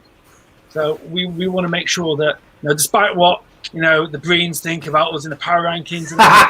Oh, mate, that is I'm with you guys. I don't know why you are right up there, but at the same time, like as a person that sort of runs Gridiron Hub, I let the creators create. Do you know what I mean? But fucking unbelievable, isn't it? The other thing you've got to worry about as well is I've got a mate who plays for Northumberland, and when they played Manchester, Manchester was going around saying they were the second best team in the country. So I don't know where did they get that from? Well, that's the thing. I don't know if they're saying that because they reckon that they're better than the Warriors and they're behind you. I want to see. There was this. There's this week that Baffer said, "Oh, you can set up games." I want to see the Aztecs versus the Titans. That's the game I want to see. That'd be awesome because they're like, I think that really, because they're both teams that are pushing to try and knock off the second place teams in their respective north south divisions to get to their playoff berths. Like, and so to see them play each other, I think would be awesome. But anyway, right. Do you still see yourselves as the best team in the country, Jason? Us? At Tamworth. Yeah. Are you the best team in the country right now? Yeah, and I think on our day we have. I mean, some of our performances this season have been lacking, but I think on our day we can beat anyone. And I believe that. On our day, the first. Why didn't you let Crew score? Why didn't they came close with that pick six, didn't they? They just didn't have the legs. I'm sorry. That was an ambush question. That one all day. They had, and you know what? Love Crew. Love coaching and what they're doing. They drove the ball. They moved the ball, and I had to bring so we were rotating quite heavily that day. I had to bring my starters back on to make sure we preserved the shutout. So they did well, and fair play to them. They moved the ball better than some teams that we played. Do you have an opinion on the Chester versus Lee game, the 127-0? No, I mean, from what I gather, Chester scored 6-7 times on special teams and defense. Well, and also the one thing that apparently the league didn't have any any running backs, so they knew every single play they were going to throw the ball.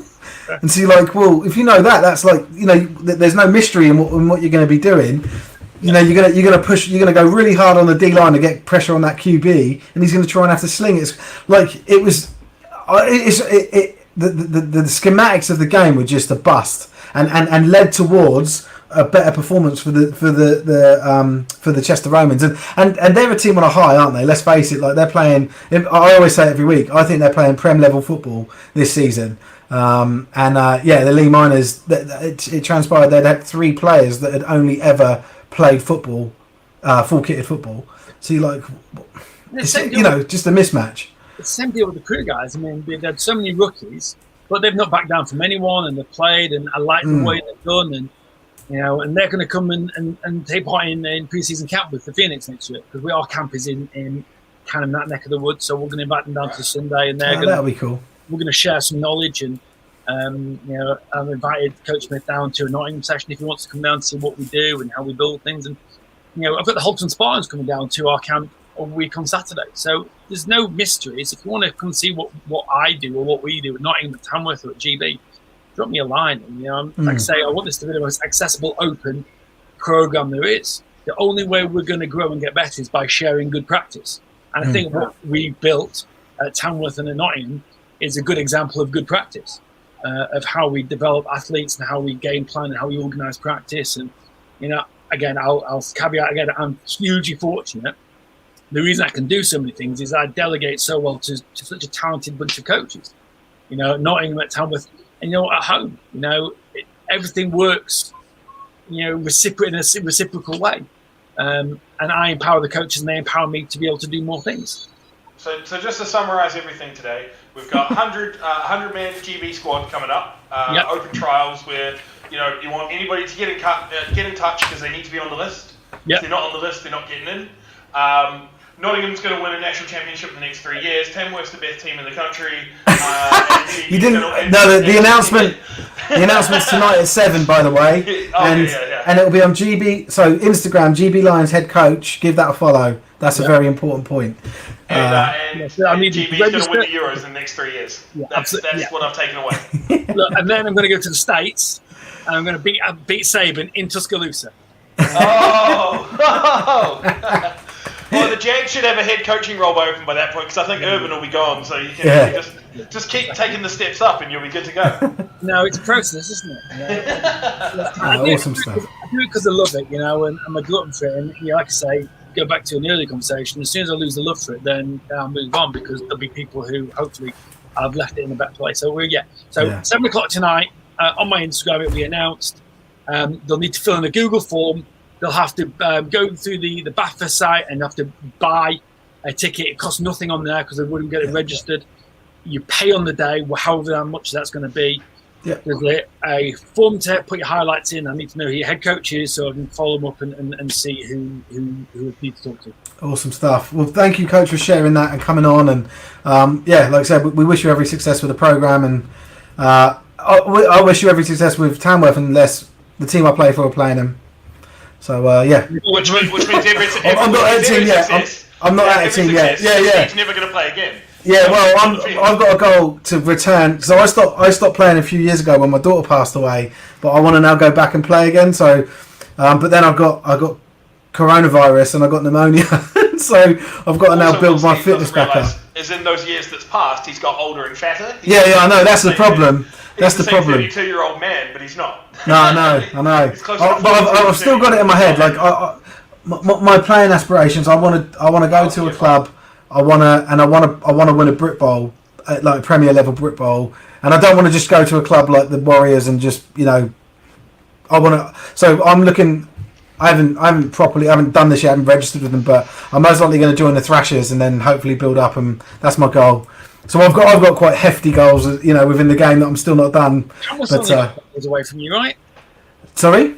That was only a couple of hours. It's a commute. You can commute 2 hours. Oh yeah, but he doesn't want to walk into it. Have you not been listening? Yeah, that's it. Yeah, I want to build up. You guys are done. You guys already won it.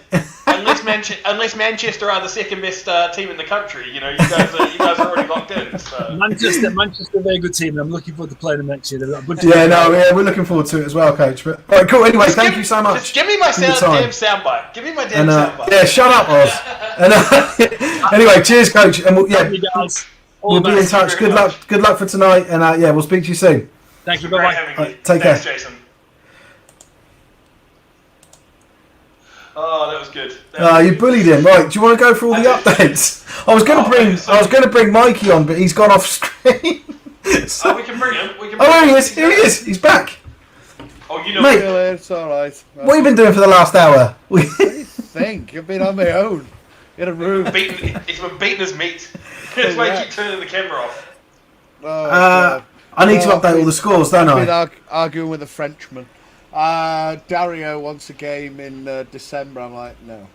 That's so soon. No. That's very soon. I mean, I know, we can put something together really quickly. We're into time. So everything I've been updating. I'm not gonna lie, Stevie. I've updated the Facebook stuff. Oh, have you? This ticker stuff. I started playing around with it, and I realised I was live, and it was all going to go wrong. It's all right. I'll do that. So we'll chuck a couple of updates on the screen now. So we've got the Romans and Titans. We're at 12-6 to the Titans. We've got the Bobcats and Rushmore. So the Bobcats, they missed the extra point. So Rushmore opened with a field goal, and Bobcats got the touchdown but missed the extra point.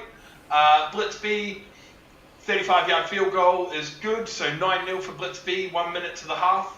So they lead the Cheetahs at 9-0. We've got the Stags and the Blackhawks 0-0 at half time, so that's a lot closer than we thought that would be. Especially based on their performance last time, and Steve saying that the QB1 is out. Merseyside up 28-14 over Midlands at half time. And then this is the big one. Yeah. Oh! I didn't. I didn't know quite how to. And that's at half. That's at half time. Yeah. That's at half time. You guys ain't got a clue.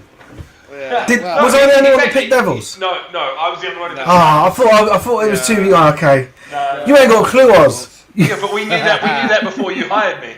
That's why you don't pay me, and it's not a hiring. What's this? Are all these scores updated on the Facebook post? On the Facebook post, I've done. Hold on, let me do that. Hopefully So we've got correct, we've got another one where the Wyverns are up 22-0. Let me jump in and start doing So this. they were up 22-0 at half time, and we haven't really had much since then. But So what I'll do is, for the ticker, I'm going to change the ticker over to the under-19 games. Okay, so Or the women's Chester games. Romans 6, Manchester Titans 12, Lancs Wolverines 14, Nighthawks 28, Alphas 0, Northants Knights 18.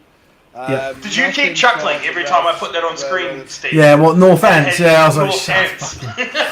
Clyde Valley was 0-0, wasn't it? Yeah, 0 at half time. Yeah. 0-0. Why do you always say 0-0? That's such a Southern Hemisphere thing. What about... Sit down, Oz. Is it? Yeah, Why bother saying 0-0? we don't say 0-0. We just say 0-0. 0-0. 0-0. What? It's alright. It's fine. It's funny, though. It's fine. Go on. Yeah, London Blitz B 9-0 over the Cheetahs, which I didn't see coming. Wyverns 22-0 over the Raptors, and Apache, the final score, Slapped them 52-0. Yeah. And the Knights, I saw the Knights was 3-6, right? 3. Yeah, Bobcats 6-3 the Bournemouth 6. at the moment. Yeah. Ooh. Okay.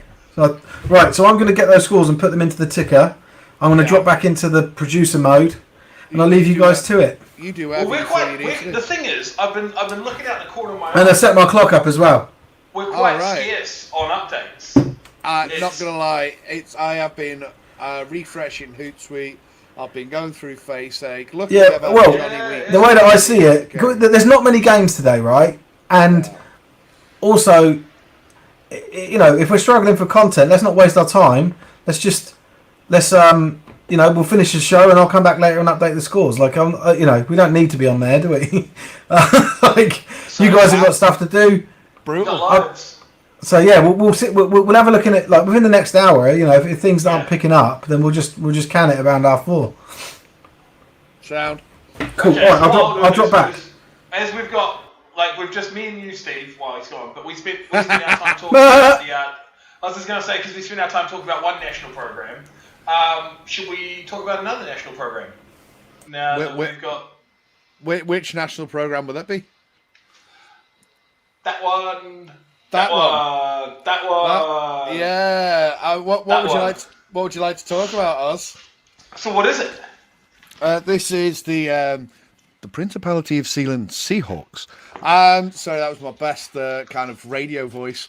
Basically, there's 7 miles off the coast of Suffolk. There is Fort Ruffs, as it's known, as an aircraft battery that Paddy Roy Bates decided he would claim, and because it was in international waters, he said it's his very own micronation. Here, and he claimed it as Sealand, gave it a flag, gave it everything. It's got its own stamps. You can stamp your passport there, all that sort of stuff. So it's still a micronation. I believe, because I thought I was being a bit Flash Harry, and I got knighted there. I believe His Grace, because he hasn't got the paperwork yet, so we're not allowed to call him His Grace yet. But I'm going to call it His Grace anyway. Steve has gone full ham, and he's now a Duke of Sealand.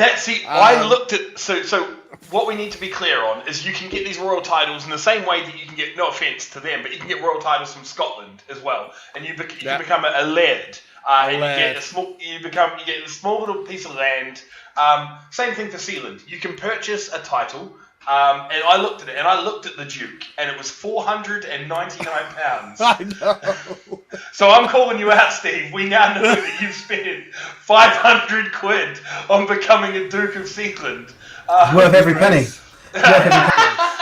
So I looked at. I think I'm probably gonna become. I think it's a Baron. That's $29.99 because I can't afford anything more. But the thing is What kind of I am keen at this point. What I'm dead keen to get across to the good viewers, all 5 of them out there, and whoever else is listening or watching this back, is yeah, we'll stick one in. Roster's coming soon. It's there for fun. It's like a big extension of the Schmeidy stick. We're going to raise money for charity. We're going to basically go around. We're going to be working with Wayne to do like lifting the lid stuff. We'll be raising money for the Amelie Fund. We're just going around. We're just having fun with it. We're going to be playing some serious teams. We're just being dicks. Yeah, we're having fun. We're going to go around and we're going to do. We're going to be playing the Dublin Panthers. What Mr. Dario from Ridge keeps saying. Oh, you should come this day. No, we're going there on the 3rd weekend of September. I think that's the 19th. We're going to go to Montpellier. We're going to go and play there. We're just going to keep traveling around. But the whole thing is we're having a laugh. We're having fun. I know there's an awful lot of people out there. So fun in Britball. You can't do that. Well, guess what? And that's why.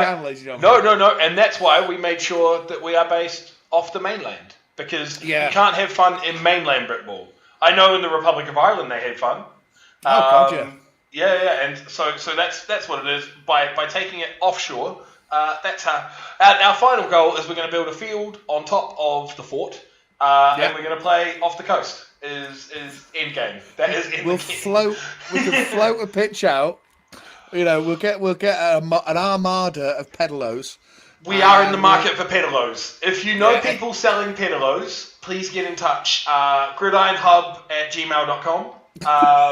And we would love your sales pitch. Gmail. I have no We've got our own domain. Okay. Is it info@gridironhub.com or something? See, there you go. We'll put it in the comments. Info. Now you're actually going to. But the thing is, pedalos. I also gave a different email address just on the hopes that people aren't going to send us cat spam. Now we're just done for. Because every time someone puts their email address on the public domain, I'm signing them up for anything I can.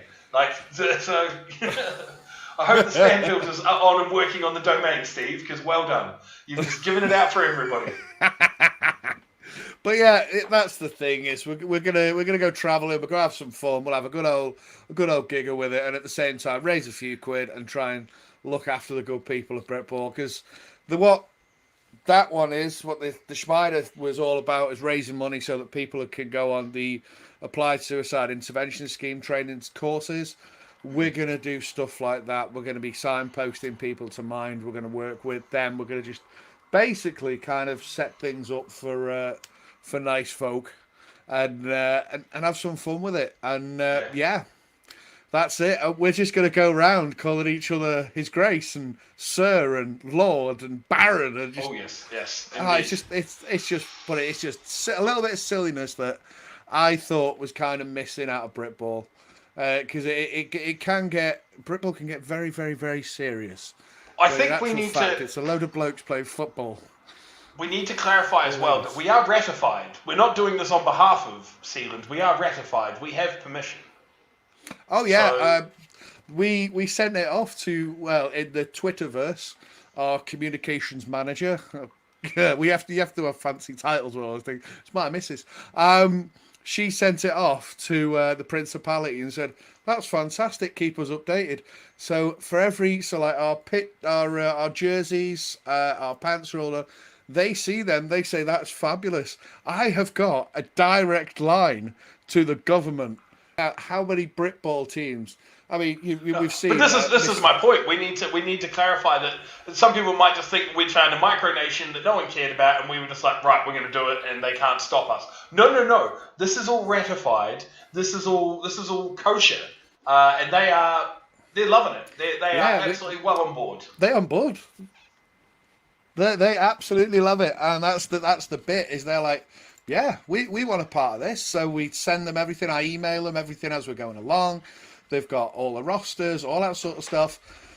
They're having fun with it, and hopefully, in maybe next year or whenever we can, we'll get Prince Michael, His Royal Highness, to come down and say hello at a game.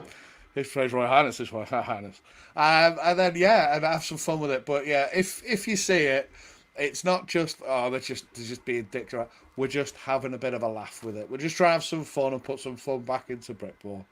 And there you go. So we've got another update. Norwich has scored again. 49-0. PAT good. Third quarter. Running clock. Well, so I put it to you then. I put it to you. Should they have kept the old logo? No, because they won with the new logo. They won with the new logo. It's more Fair just Mr. Corn got suspended and the entire team fell apart. That's what happened. Oh wow! There we go. Cambridgeshire Cats 28, Ouse Valley Eagles 12. Again, that was kind of to be expected. That's a similar scoreline to what it was the last time they played. I did think Ouse Valley would score, but I thought Cambridgeshire would be quite comfortable in their victory. Yeah, I think to be fair, like you said, I thought that was closer. I thought the Cats were going to trounce them, but 28-12. I mean, to get 2 points on the board's not bad. This could still be second quarter or something. It could quite easily be. But, so we've got another update here from Somerset. Tom Bowering takes the first Wyverns TD of the second half. 2-point conversion is good. Wyverns lead 30-0 over the Jurassic Coast Raptors. So that is a little bit closer to what we were expecting in terms of four score difference. Yeah, they're just going to start walking away with this now. And if you are Jurassic Coast Raptors, you're thinking, what time's the NFL starting? Why didn't we forfeit this one? I'll book myself in. But so I mean, hopefully, and what we need to find out is another thing. Merseyside Nighthawks 28, Lancs Wolverines 14 was the half-time score. Was the halftime. Has Craig scored? We need to know this. So if you are there, Wolverines Nighthawks, did number 32 Craig Owen, did our boy get in? Because if he did, we riot straight up. We're gonna. Wait, are we rioting if he did or if he didn't? If we didn't, we're just a little bit disappointed. I don't know. I'm not a fan of victory rioting. Like I don't like the people that like your team wins the Super Bowl, so you trash your own city. Like Philly. Exactly. That makes no sense to me. That was the whole point I was going with Philly. Like we won. Let's burn all of our shit down. No, you burn the shit down if you lose. Do you guys want to see something funny? Oh yeah. I don't know. Last time you asked me this, it wasn't that funny. But go on. Do you want to see something funny? Yeah. Go on. Do you want to see something funny? Obviously, it's me. Ready? Oh my God! Has he just done that while he's been on air? Did you? Come back. No, I shaved my head. Wow. Well, no, you didn't. You didn't though. Because. What do you mean I did and I didn't? No, you've still got the fucking. You've still got the shadow around the outside, like. What are you on about? It's all the same length. Oh no, it's not. It's just you're balding on top. I just got no hair. That's why I did it. It was all wispy. Right. Look at the state of it. Get yourself onto Gridiron Hub. Find the Amelie Fund donate page. If we can get 20 quid, Stevie will get a Bic razor and he will. Oh, Bic it! No. For 20 quid, I'm not doing it for 20 quid. This 25 quid and it's gone. This poor child is currently dealing with stage 3 leukemia. I got my little boy did it. I got him to stand in the bath and he loved it. He can get your Gillette Mac 3 and he ain't touching it with a razor. I'm telling you. No, can we give Bex a straight edge? I'm sure she'd love to. Yeah, she'd slit my throat. Yeah. Oh wow. But that was what I was implying at. She'd go Sweeney Todd on you, take the hair off and then take the life. What other update? Nah, I was just checking some updates, but they're all the same. That's a bit of a shocker. Yeah. Crikey O'Brien. I like how you wait till the middle of the show to say, oh, by the way, I've got no hair.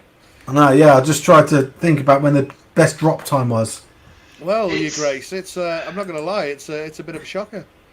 Yeah, I used to have a skinhead ages ago. I just don't have one in a while. Is this? I ain't got. It was because it was like thinning, and I'd like catch it, like in certain light, and I was like, "This is terrible." So So I just said to Bex, I saw you were getting like a neat job. So when you get your ID card for the Sea Land, you're lovely, pretty, Duke Your Grace. Steve. Duke Steve. No, I was just an old picture.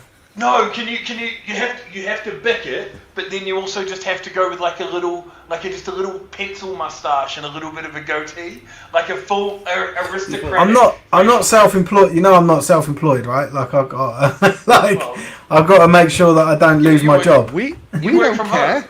Do it. No, I know you From don't. home. You work from home doesn't mean I'm not self-employed. Yeah, just don't turn your camera on. Say you broke your camera. Yeah, I know. Yeah, that's what I'm gonna have to do.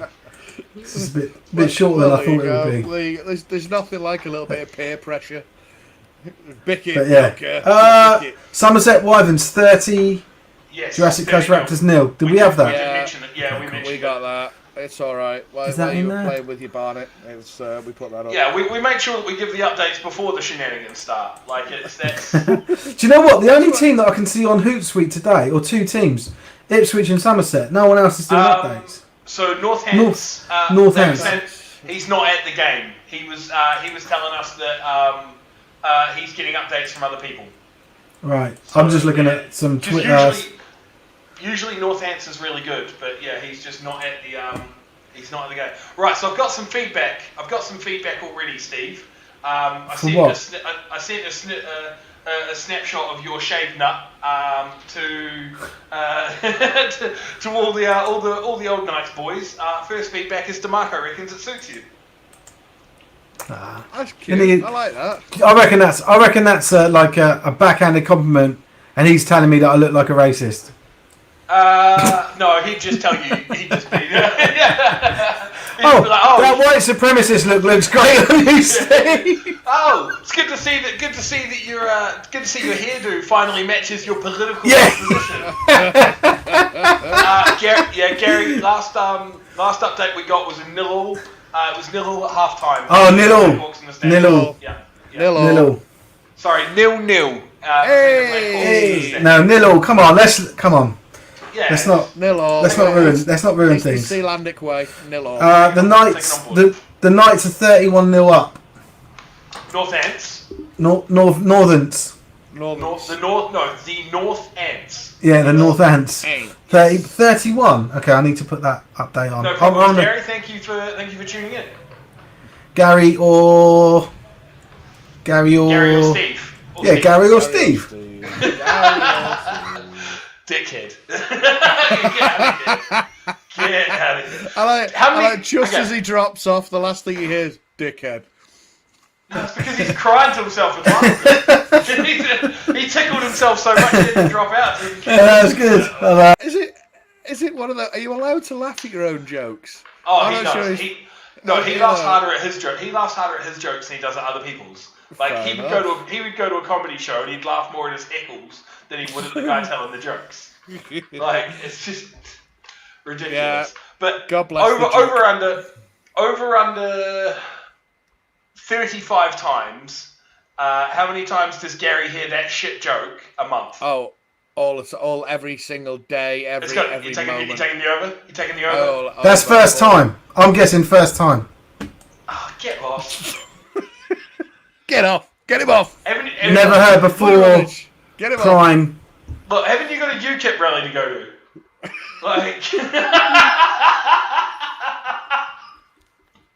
Ladies and gentlemen, welcome to this week's Game Day Live. Is descended into chaos. Oh, he missed it. It was just Steve making a shit joke about your last name. It's all right. Let's bring Steve back on. Steve, do you want to come back on and do your joke again for Gary? Have you missed any goal content? Had to do some chores. No. No, I kept debating Jason Scott for a soundbite. That was about it. I wanted him to say that Tamworth was the best team in the country. I would have loved for him to just sit there. Oh yeah, Tamworth and what, lad?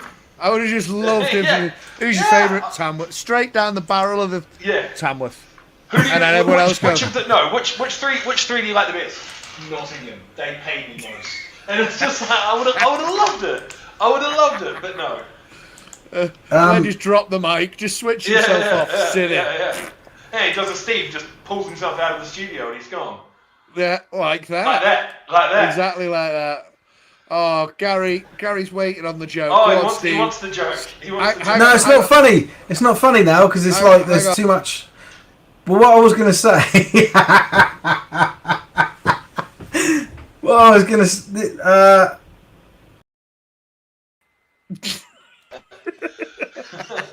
That was his moment. what I was going to say, I wanted to answer Grant's gold content. I think, what are we, show 10, 11, 12, show 12, right? No, 11, because we missed one week. I don't think that in, 11 shows, about 40 hours of content, I don't think we've had one. Gold. Well, yeah.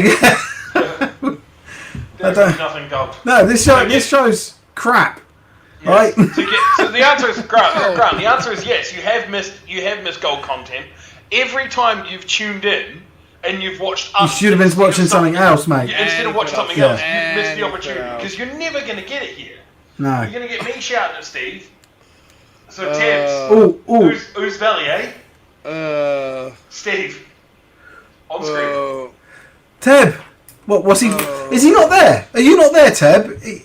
I've got. Oh, is he? Oh, is he kicking off because we said they're not going to score? Oh, we're still losing. Is that what? Can you qualify this, Teb? Are you trying to? We didn't say Oozebelly wasn't going to score. We just said Cambridgeshire would be quite comfortable in beating them. Yeah, Teb, you need to quantify this. Are you getting Larry? Because you really don't deserve to be. Larry, mate. Yeah.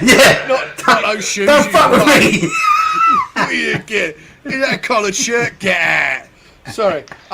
Titans 19, Romans 6. Sorry to bring us back onto the boring. Updates first, shenanigans later. There we go. The formula. I don't know. So I'm starting to lose interest in Britball. let's talk about something else.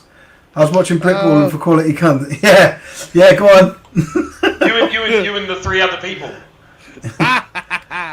Wow. Don't take shots. I don't care.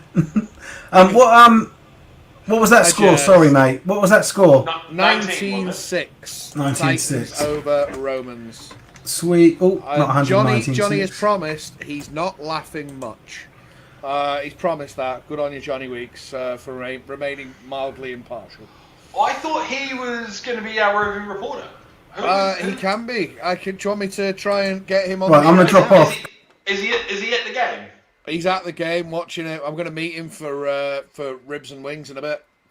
You're free to come on, let's. Because I want to know how the game's looking. Because my main question is, because I'm of this firm opinion. I'm like, Manchester starts slow, but is it because they just start slow as a team, or are they running out their backups? Because every time they've played somebody down, they've started slow. The other team scores first, and I want to know: is it just because they are half asleep when they step on the field? What's the crack? Right, I'm hoping he can provide some insight. I will send this to him. This, I'm not going to lie, this is absolutely fabulous. This internet malarkey. I can click, I can send. Oh, it's brilliant, isn't it? I can send him that, and then we can bring him on the show shortly. Should we do an AMA again, where some people can just ask us anything? Oh, if you want, yeah, I don't. Because we're not getting any scores, are we? Let's face it. Ask me anything. Well, we should have Johnny on very shortly. Yeah. And then, but we can also fragment that with answering questions. Yeah. Hey, go on then. Ask us absolutely anything. We are open to any comments, criticism, or questions. I don't know. Okay, we're to some comments, criticism, and questions. Oh, all criticism. Okay. Criticism. Yeah. If you want to just come on and mug us off, go for it. Yeah, 100%. Talk to us about Steve's bold nut. Yeah. So let's talk haircuts. Where do you stand on Steve's new fascist haircut? It's fabulous. Yes, he's 2 weeks. He's 2 weeks ahead of where I'm going to be because mine's all fucking full. How's yours going as well? Yeah, the sides are usually sort of cleaner shaven. But I love how this show is just descended into hair care. Haircuts. It's because we've got nothing. We've got nothing. We're- Like, people, we got blowout games, lack of updates, and people's social media. Okay. All right. If you were to kick a team out of Britball for the good of Britball or because they are that bad, who would it be? London Warriors. Yeah? Just to make it fair. Just to be controversial. But also, no, do you know what? There was one of our new writers wrote this week a restructuring of the league. It was quite a funny post he did, but some good serious stuff. And he said, get the London Warriors out to make it all more even. And I thought that was quite interesting, actually. Right, let's go to Johnny. But at the same Let's go, time, Johnny. at the same time, wouldn't you be offended if you're Jason? Because you're sitting there thinking Tamworth's on the same level. So shouldn't you say, well, if they're gone, why aren't we? They're not on the same level. They beat Let's them. get Johnny in. They're not. Johnny! Hello. Hiya, love. How are you? Wet. I can imagine. How How's it are you going? wet? You've got a jacket on. You're fine. Should be dry. I mean, it is. Well, lovely yeah. weather If you look today. up, if you look up, then you're gonna get wet with a hood on. Yeah, that's true. That's true. I've had to put my brolly down for this. Oh, and okay, we appreciate the dedication. Wet Johnny. Sure. There you go. The Right. housewives all over the country getting excited now. How's the game Go on. looking? It's a good game, this. It's a good game. Manchester have come out quite strong the second half, to be fair, offensively. They didn't particularly enjoy the wet weather to start off with. Chester went up early, which was nice. I'm very close to the Chester sideline, if you can hear all that, which is loud. But yeah, Manchester just starting to find their groove a little bit. Hang on. Can't really hear anything here. That's It's fine. We can hear you. We can hear you pretty clearly. we can hear you fine. So yeah, I feel like the Titans actually came a bit low on numbers today, by the looks of it. I'm missing a few starters from what I've been told. Oh wow. That was going to be one of my questions, is because when Manchester has played what's perceived as a lower opponent, they've always started slow. The other opponent has scored first. So the Wolverines did it the second time they played them. The Caesars did it when they took the lead against them. The Vikings took the lead against them. Does Manchester, does it look like they have lesser players starting the game, and then they're like, oh shit, okay, we've underestimated them, we're going to roll out our starters? Or what are you seeing? No, I think they've been quite consistent in playing a strong squad to start off with. It's not. I think they've started a handful of lower depth players. Right. But I don't think they've had the players, certainly the starting players, to bring in to make it to sort of up the strength. I think they came in quite weak. There's a few guys that I don't recognise that I've seen in film elsewhere that I would normally see. So I think it is just a case that they are quite light today. I mean, who could blame them? I wouldn't want to be standing out in the rain here. No, of course. Yeah, that's true. So we've got an update. The Devils 60. There we go. 63-0 over the Cardinals. That is ridiculous. Johnny. So I think you saw the comment from Grant, because I think I saw a little wry smile come up. Yeah. Can you turn your camera round? How big are the jerseys? Turn the camera That's turning it off. Yeah, I Let's thought just it do was that. when we put that up the first. Let's have a look. Barely pink. Yeah. Oh, Jesus. Barely pink. Yeah, barely pink. Yeah, good fun. It's good fun. Oh Anyway. Love it, Johnny. Right. So anyway, we'll let you go so you can put your brolly back up there. I think that's the way you're going. Yeah. And I will see you at 5:30 in Hickories. I will see you at 5:30, dude. Thank you, Bye-bye. Johnny. Much Bye-bye. appreciated. There you go. Oh, God bless Johnny Weeks. What a handsome Cheetah man score he is. pick six, Gunmaker's field goal, fire call, TE catch, and run for two. Superb. Well, Not yeah, sure. I mean, I didn't want to bring it up, but 63-0. Yeah. Devils over the Cardinals. I know you picked the That's- Cardinals. There's a hiding. It's only That third is- quarter. It's third quarter. Yeah. So Grant has said that the pink jerseys is the golden Pink jerseys. It's all about the pink jerseys. the golden content. Love it. Right. So okay, we're gonna go back to this again. So Steve chose the Warriors. Who are you getting rid of? You see, I'm kind of with Steve. I'm kind of on board with that. But again, all that'll happen is the next team up will just become unbeatable again because they're amazing. Because all you think of is who are going to play the Warriors in the final. That's all it is, and you're just like, yeah. Well, and the point isn't like. So my point isn't get rid of the Warriors. Let them move on to better things like the European leagues. It's not. Yeah, I'm not saying you want them off in Europe. It's not crushing the Warriors and saying they're the bad out. Like they're just a class above. And we've had this discussion a lot. Like it's out of actual respect for them that I say it. They're too good for the league, you know. And I imagine that it's quite difficult for their. I speak to some of their players, but it must be difficult for some of their coaches to motivate their players. Like this year, no one wants. Well, not no one wants to play him, but there's a couple of games that people didn't want to play him in, and it was only 6 games anyway. So like, just and you know you're just going to trounce everyone. Like, it's not competitive. They haven't got competition. For them. They've got Personally, for me, it's whoever has forfeited the most games this season. Like, not forfeited the season, like at the start and walked away. It's whoever's cancelled the most games this season. I'm like, just get out. See you later. Fuck off. Ooh. I would love to be able to jump onto a certain a Facebook group and top that up for you, and I will find out for you. There's a couple that come to mind. I think. Yeah, but I actually think so. So they're looking to bring in, or they were starting to bring in the minimum standards that they put in at associate level for normal clubs, right? That's a huge step forward. That was going to get rid of some of this like nonsense. Mikey's back. You know, like, so clubs that don't have enough coaches or don't have enough players registered or, you know, forfeiting games and all that stuff, right? Like, so they did start to raise the minimum standard. But, you know... season's thrown it out the window a little bit. Yeah, this season they stopped all of that, you know, but I get that. Like, I genuinely get it. Because there are other things, like, the way that coronavirus impacted some teams...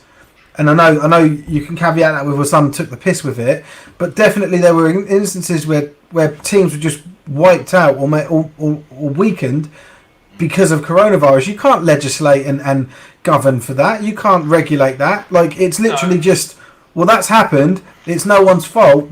You can't be penalised, right? Like, and I get that. So I'm not saying this season. I'm saying, but there still are teams that have come out and said we just don't want to play this fixture. And that's the sort of teams that I think. But then again, you've then got the mismatch thing coming in to it, right? But for me, like the way that I see football is like I've got a finite amount of time I'm going to play it for, that I'm able to play it for. I've got a finite amount of games that I can play in that time. I don't want to miss one game, you know. Like I don't like as a player, I want to play, you know. So and I'm sure that's the case. There'll be people that think like that on all these teams that have forfeited and stuff, but. Yeah, I this season is not the season to judge teams on, but it's also not. It's also a terrible idea to bring in teams that haven't even met the grade into that, and because 127-0, right? I was gonna say, like fuck me, like. So that was going to be my next thing. It's those teams that have popped up in areas where there are already established franchises that they're trying to compete with for catchment. So they did used to have a rule about that, Oz. What is the point of view? They used to. Do you know what the rules used to be a lot more stricter? And this isn't that long ago. But they used to not have. So they used to even not be. You used to not be able to have a team that had the same name as another team. So like the Warriors, and that's why South Wales so pissy about being called the Warriors, the Seahawks. Yeah. There used to also be. I think it was the 15-mile rule. I think I may be wrong in that. Someone probably correct me. 20 mile, whatever. But within a particular radius of a certain area, you weren't allowed to have another team. And that was to protect, like that was to stop the whole like, I don't like, you know, I don't want to run sprints after training. I'm going to start a new team, you know, like all that sort of shit, right? I'm not saying it works all the time, but it was another layer of defence. And then what they said was, well, in more built up areas, so in more, in cities like Birmingham, London, Manchester, Liverpool, you've got millions of people living within a condensed area, and so it isn't fair to jump 20 miles away because you've got enough people to sustain teams. Yeah. And so instead of just changing it for certain areas, they just blanket went, oh yeah, we'll just drop that rule then. And then you've got teams like what teams have sort of come and gone? I suppose Hastings are one, Carlisle, but then I suppose they weren't close to another team. What teams are in a condensed area that have actually come and gone? DC Presidents, they've come and gone loads of times. Isn't the Spartans? Well, they still exist. I'm thinking the teams that have had to just sort of give up. Peterborough, the Peterborough Royals, MK. What were they called? Pathfinders. Yeah, they ended up having to merge, and that's what I think is going to happen. Like Nottingham and Leeds. Everyone's saying Nottingham and Leeds should be combining because it's just too close. So that there's two Leeds teams. There's Leeds Bobcats and Yorkshire that plays out of Leeds. Do they? Yorkshire Rams. Yes. Yeah, the Rams play out of Leeds. Well, and apparently Nottingham is also within that area. Yeah. Just as close. I don't know it, right? I'm not trying to argue with anyone about geography here because I'm not au fait. I'm going to keep saying the words of Carlisle. But the reason why for years Carlisle's but that's to remoteness. That's like you've gone. So it's the opposite problem. Rather than having teams in a densely populated area, it's a team in the middle of fucking nowhere that can't support a team. And that's the problem. The rule was changed for this one, but it impacted this one as well. You should be able to challenge a team for their territory, like a knife fight. Is that what you're talking about? Because if there is, I'm well up for it. We've got an update for the end of the first quarter. South Wales versus Bristol, 8-0. Yeah. Is that it? 8-0 Bristol over South Wales. Fair play. I put into the private chat as well. 26-6 Titans over Romans. Right, let me just get that. 26-6. Thanks, Mike. Right. And what was the other one? Sorry, 8-0 for Bristol over South Wales. Wow. Did we have one for the Dumfries game? We had an update for that. No, is that the Kings? Is that Dumfries Hunters? Yeah, the Kings and the Hunters. Not yet. Oh wow. Yeah. So there we go. Just heard. What's that? So the North Ants. The Northern Stormbringers. No, the Northern Ants. Yeah. Strong, and the Rockingham Rebels started out as one team and split, and the Rebels were formed in two teams. And apparently the Knights and what was like the Sun Devils team back then, they joined to become the Southern Seminoles, but that only lasted a year, and then they split again. There wasn't a team in Portsmouth for years because there was the Sun Devils in Southampton, and then once that rule dropped. Sorry? Yeah, the Sun Devils. Well, technically, no, they didn't become the Thrashers. The Thrashers already existed, but they were in Andover, but they folded. The Sun Devils folded, and that was the year that I went and played for the Sun Devils in Div 2. And then they had an influx of players from the Sun Devils, so the Thrashers were like a bad Div 2 team, and all of a sudden, like all these players that were playing in like the Prem or the Prem North. Now, what was it called then? It wasn't called the Prem. Div 1 and Div 1 Plus or something like that. Div 1A.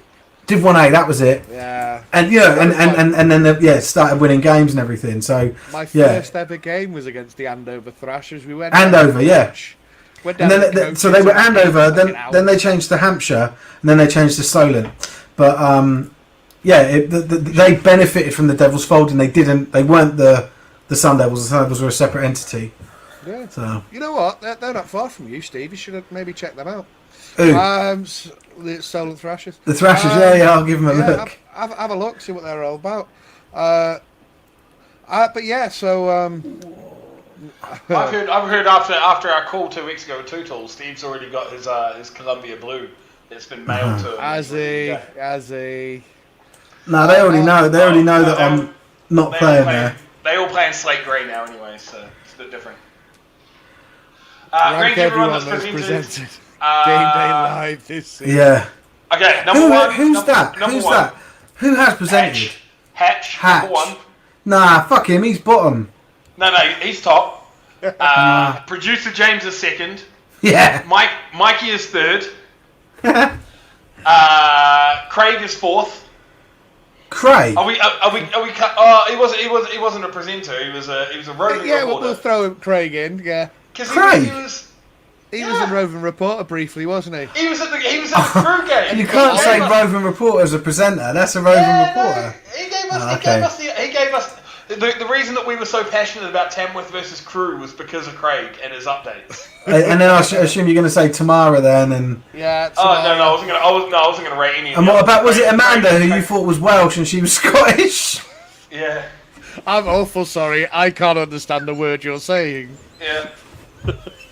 She definitely. I was gonna put you above. I was gonna put you above me. I was gonna put me at the bottom. I was definitely gonna be at the bottom. Yeah, I knew where you were going with this, Oz. I knew where you were going with this. Look how red your whole. Oh mate, always go red. Always go bright red on laugh. Yeah, but usually you used to have hair that hit it. Like always go bright red. Oh, it's the full Belisha Beacon. Yeah. Bobcats go up 12. Oh my god. Oh, blimey. I told you. I know you did. Pisses me off. I don't want them to fucking win. I want the Knights to win. No. I want Bournemouth to win. You're the only one that chose Bobcats. Yeah, you are. Yeah, we chose Knights, like chumps. Right, let me just update these banners. What was the other... Sorry, there was another score that you just said. Not the Knights one. What was the one before that? South Wales, Bristol, 8-0. Yeah, that's the one, I think. There you go. Yeah, that's the one. Thank you. Did you get the Titans over Romans 26-6? Let me check, mate. No, that needs to go in there too. Titans over Romans 26-6 as well. And is that on there? Yeah, that's on the other one. Okay, cool. I always have to update two places. Like the ticker and then also the Facebook post. Facebook post, yeah. Stevie, if you just check your Facebook messages. Yeah, just want to see what you're doing. Yeah, oh, crikey, blimey. New game date. Should we show that on screen? Yeah. OVE. See, I've played in the white one and I liked that, but I don't know what this is. Hold on, let me just get there's updates here. I just want to go through them. Sabres Squadron. We have no Sabres Squadron update at the moment. Awful sorry, Scott. No, we've got nothing.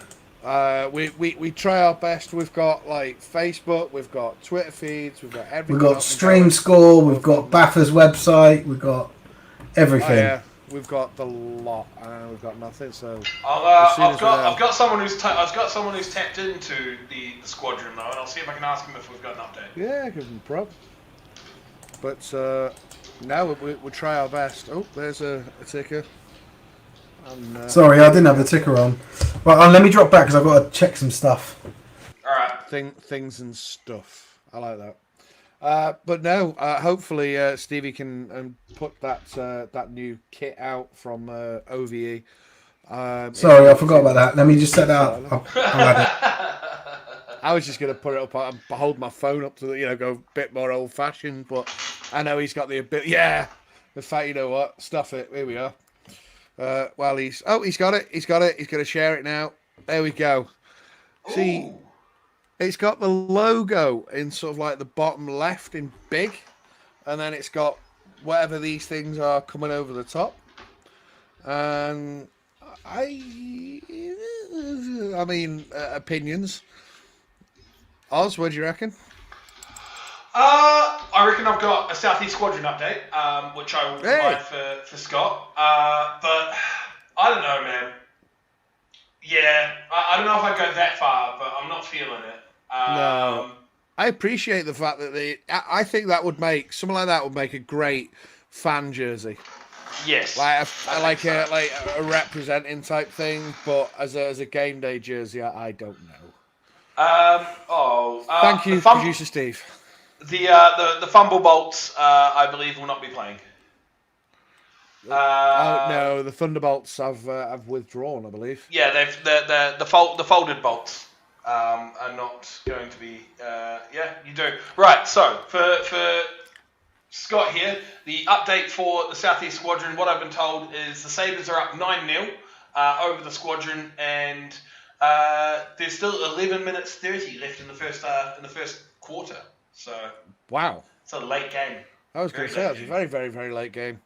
But yeah, I mean, I know producer Steve is currently, and yes, the gentleman that sent me the photo of the new OVE, say the white kit was so nice and simplistic. Big fan of that. I'm not mentioning your name just in case you don't want me to, because some people prefer anonymity. But yeah, so anonymity. But when you took that into pencil, I'm not feeling it. And the other one, what he said was not as nice as the Bedfordshire Blue Raiders one that they released before the merger and didn't play in. Oh. 9-0 Sabres. Thank you, James. I just been messaged that by somebody else as well, so we really appreciate that update. Superb. We've got something to bang up there. But I will rattle through the scores as we have them. Yes.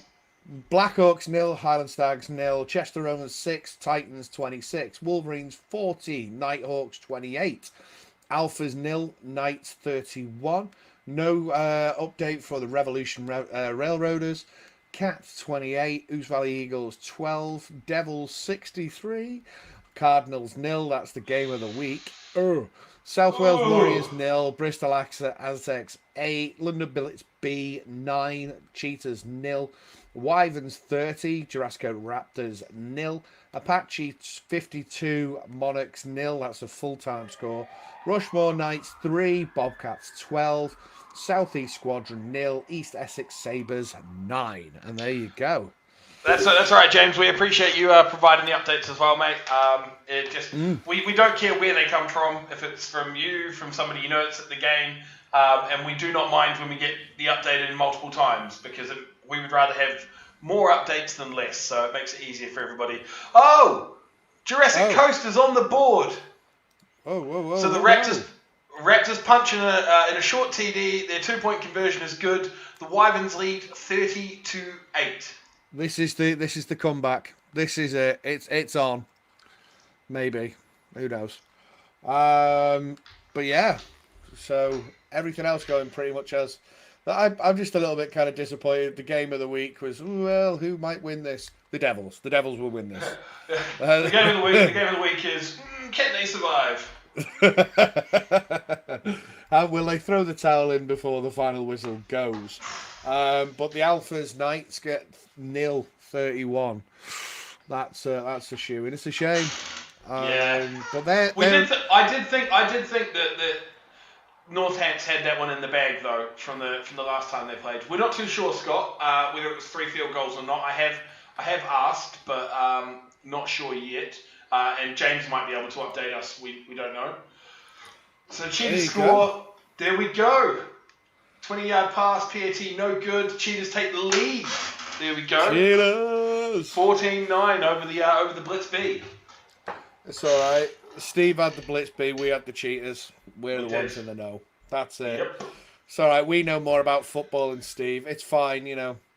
I'm sure his ego won't mind that. His Grace's ego won't mind that. You know. Well, he's got the ability now to lube up that massive head of his. Now he's taken all the surface hair off, so he'll be able to at least get it through the door. So. Just a little bit of butter on the side. Yeah. There we go. I've arrived. Some vest above the ears so you can get in and out of his house now after stream. The thing is, ladies and gentlemen, you can't see this, but we can just about see his face because it appears like below in the green screen. And you can see his face. Yeah, there's a shake of the head, and there's a every time. He's turned his camera off. He's turned himself off. Oh, Stevie. He's fuming. He's absolutely fuming. He is fuming. But yeah, so it's been a quiet day for updates, guys. As you may well know, if you've been with us for longer than 10 minutes, we had a good chat with University of Nottingham, Tamworth Phoenix, and Great Britain, and also Mike's favourite person in the world, Coach Jason Scott. The Knights have scored again over the Alphas, so that's 38-0, touchdown from Dawson. So that is going to be running clock now, you would assume. Yeah, that's.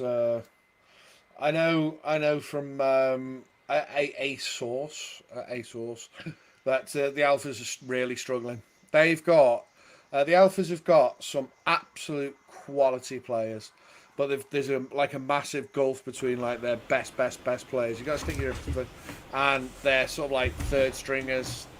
Hey, he's got numbers. There you go. Why do we need the clock? I'm pretty sure it was Grant that asked me about it in the week. Said putting the clock up.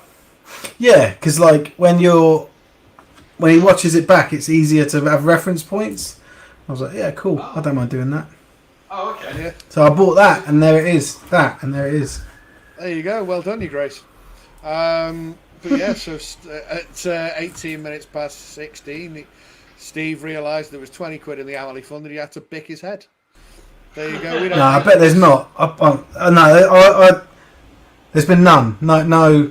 I bet no one's fallen for it. I bet there's 250 quid in there from this morning. Oh, yeah. That's got nothing to do with me bicking my head. Get that razor out. No way. I will eventually. I think if I had a bit of a more bushy beard and I was in better shape, I'd bick my head.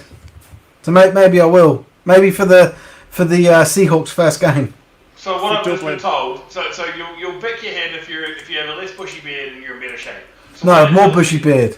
Oh, more bushy beard. So what that tells me is you're not bicking your head. Is all that. No, yeah, for the rest of my life, yeah. Yeah, it's not happening. The beard might get bushier, but I reckon you should just go El Bandito. Go for the El Bandito look and just have that bit. Just shave all this. No, I'd rather have a beard. No, get like a. I think. Hang on, I'm gonna have to Google this just to make sure.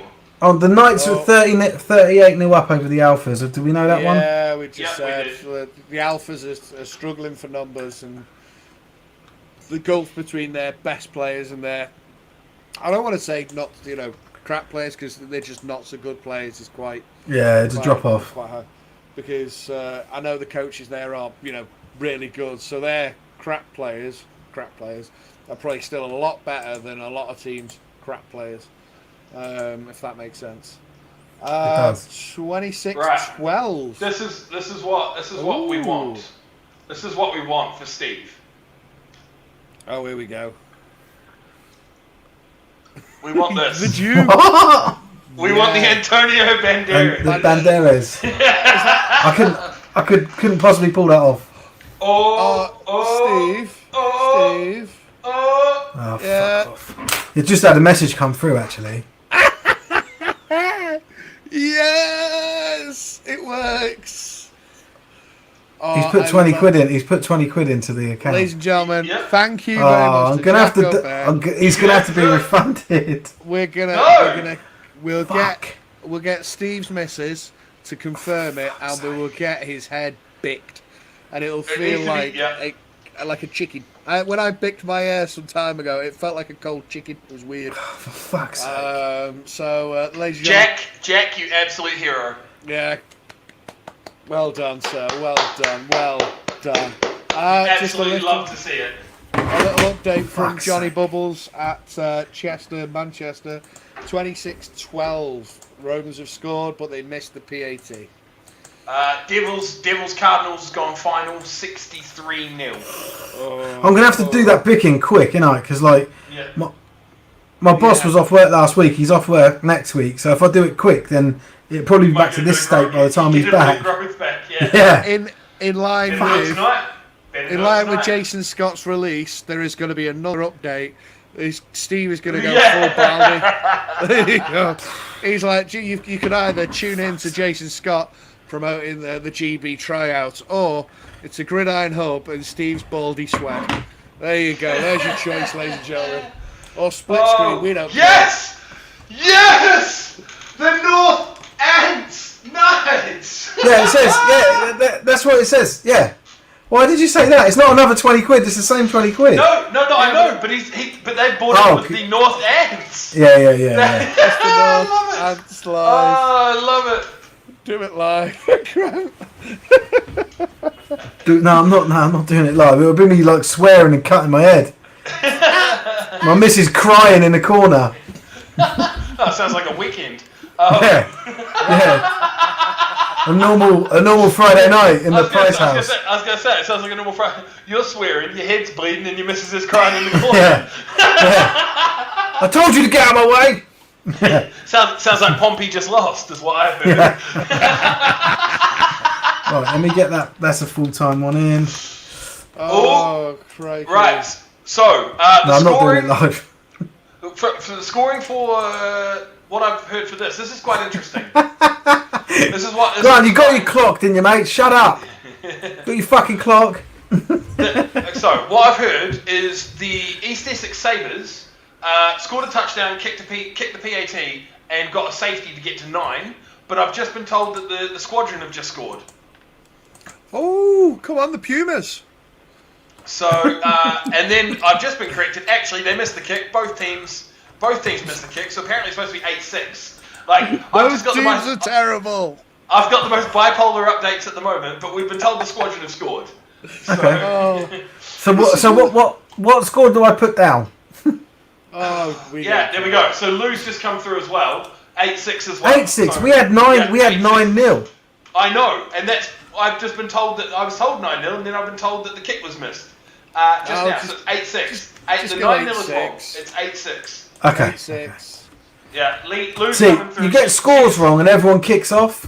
Even if it doesn't change the result, you get like 1 point difference, and then I get messages, I get people on post saying actually it was 26 points or whatever.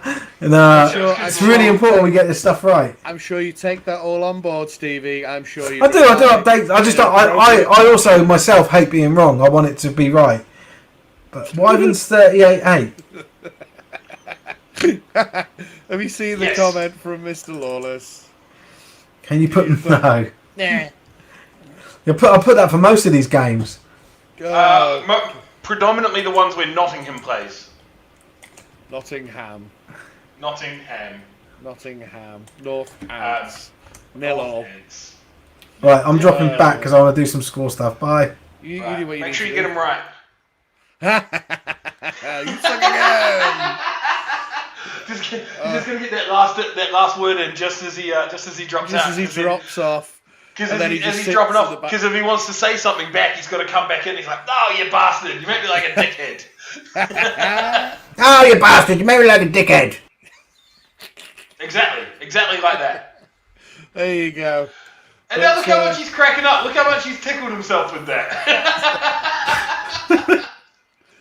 Oh, this is golden comment here, ladies and gentlemen. Absolute there gold. we go, Grant. You're getting your golden content. So it is 8-6, Scott. We've been told that there was a touchdown to the Sabres, a safety, and a missed PAT, and the squadron have scored and missed the PAT. So the score is 8-6, is what we've been told. Very well updated. Love it. Yeah, no teams can kick, but both teams have scored touchdowns, and then the Sabres also got a safety. Yeah. So let's refresh everything and see if we can bring you more golden content. So, are you still? I mean, this is something that I was going to ask for. Are you still playing us, or are you taking a year out? Well, no. So that was the thing. Like when I saw that there was no real like coaching or water boy positions available, I got a little bit worried, and I was like, is Mikey actually expecting me to kit up and run on the field and hit somebody? Because I'm pretty much retired, bro. Like, my body does not do well anymore. You don't retire from Britball. Britball retires you. Yeah. But I will, I'm sure that at least one of the games that happens, I will be more than happy. I've still got boots. I've still got some pads. I need to get a helmet from somebody. I haven't got a helmet anymore, but I'm sure I could throw the kit on for at least one game. Probably not the Dublin game because I'll be moving house, not too dissimilar from that time frame. But if we've got the later game, one later in the year, I'm sure I can have a bit of. So you won't go in February in the Republic of Ireland where it's a little bit chilly. You're not down for that, but September in the south of France. Oh yeah, I might come to that one. Yes, mate. I might grace it with my appearance, my presence. Well, it's not only that. It's also that date, that 19th, is the same week that both my missus and myself have our birthdays. We are all in that little bracket there of the between the 14th and 24th of February. So probably already have other plans. I think we've talked about Rome, we've talked about Paris, but yeah, we'll also be moving house. My lease runs out first week of March, and we're trying to move to as I've mentioned to you, trying to look at moving to a different city than the lovely paradise that is Bradford. Bradford. Yeah. So there will be many things happening in that February time frame for me. And there we go. We see the Cats have scored again. I noticed Tabs just sort of pissed off. Like after he mentioned, he was like, "Who's Valley, eh?" And then gone. And then they start getting smashed to pieces by 35-12. You're like, oh yeah. But it's just been, to be fair, it's been quite a heavy Ouse Valley Eagles, involved live stream. We've had their kit on, we've had Tebs on, we've had updates of them getting battered. OVE, place to be. I need to know what's going on. I don't know if they've put the Game Day live on there, so it could just be on there. Like, I'll have to jump on and see. I think it might have something to do with Steve. Final score, 0-38 Knights. More importantly, though, Steve is going to pick his head. Legend. Hashtag Game Day Live at Gridiron Hub 1 at the Emily Fund. There we go. How you feeling, Steve? How's this working out? I don't like the additional attention that's getting brought to it, but at the same time, I have to also be grateful that people are donating, because I'm genuinely pleased about that. So I'm in a quandary. I want to complain about it, but I'm actually very grateful that people are that it's been done. So that's the thing, right? It's not, the thing is, the hair will grow back. Me. The hair will grow back. Yeah, I know. It's for a great cause. They've donated for you. It's not a great cause. I steal the money. I steal it. Don't donate for me to shave my head. I'm siphoning money out. Yeah, come on, guys. Stop feeling sorry for me. It's fine. I didn't even have a daughter. Encrusted with diamonds. Sing and what? Stop. This is all the Emily Fund is doing. All the Emily Fund is doing is just raising money for Steve's crypto rig. Yeah, You're going to see this thing double up soon.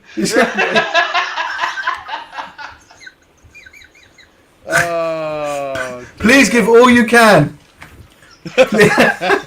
He'll shave everything else. Yeah. I'm gonna start putting. Yeah. How much is my beard worth, guys? Yeah. Oh no, fuck all. Oh. No, I'm not shaving my beard. Like a pound a day commercial. It's just a joke. I was using the joke. I also joked about not having a daughter. Come on. Well, you don't anymore. You prick.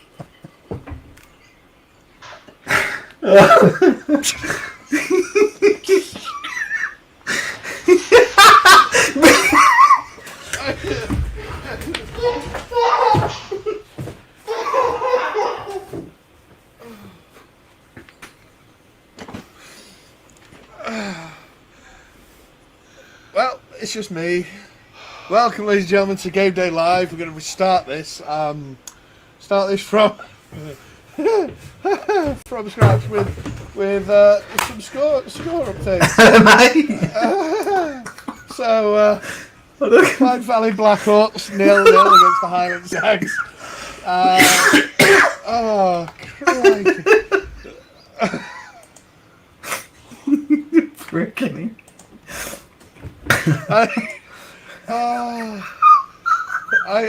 I must remain professional. I think we could just end the stream, can't we? I think we're done. Okay. Bear with. I'll be back in 2. My missus has just opened the door. My missus has been shut the door.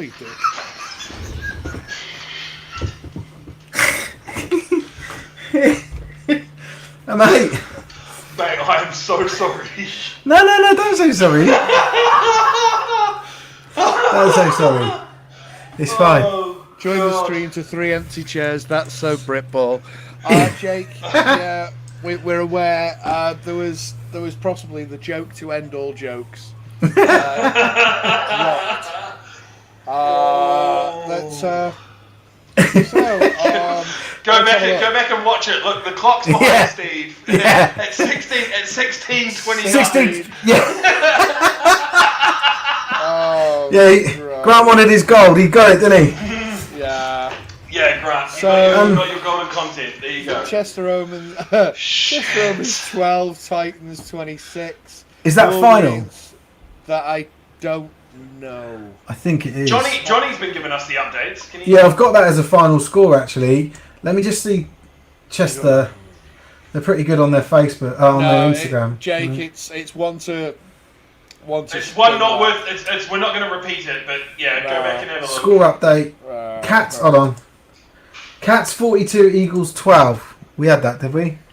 No, we didn't. That's another. No, we that's didn't. another cat score. There we go. So, Let me just put that in the chat for we can us to share it. That's all right. Wolverines 14, Nighthawks 28. Alphas 0, Northants Knights 38 with the shaving. Railroaders Rev, we've not had anything from them. Cats, we've just seen 42, Who's Valley Eagles 12. Devils, Cardinals game of the week was 63-0. Aztecs 8, Warriors 0. Blitzby 9, Hertfordshire Cheetahs, wasn't that updated not so long ago? The Cheetahs are now winning. Is that 14, I think? Hold on. Yeah, the Cheetahs took the lead. We got that from so the Blitzby versus Cheetahs at the start of the fourth quarter, and we got told that the Cheetahs. Oh Jesus! I still got those 9-0. No, it's 14-9. 14-9. Jesus. Okay, cool. I'll update that now. I didn't realise. That's all right. And then where are we up to? Rushmore Knights. 12-3 last we heard. Yeah, 12-3. Bobcats. Southeast Squadron 6. East Essex Sabres 8. 8. And Yes. see, we're back on track. You see, it all went a little bit to pieces, and now we're back in the game. So That whole bit's going to be hilarious to rewatch. I might clip it, Oh, Just- Oh my god. reshare it.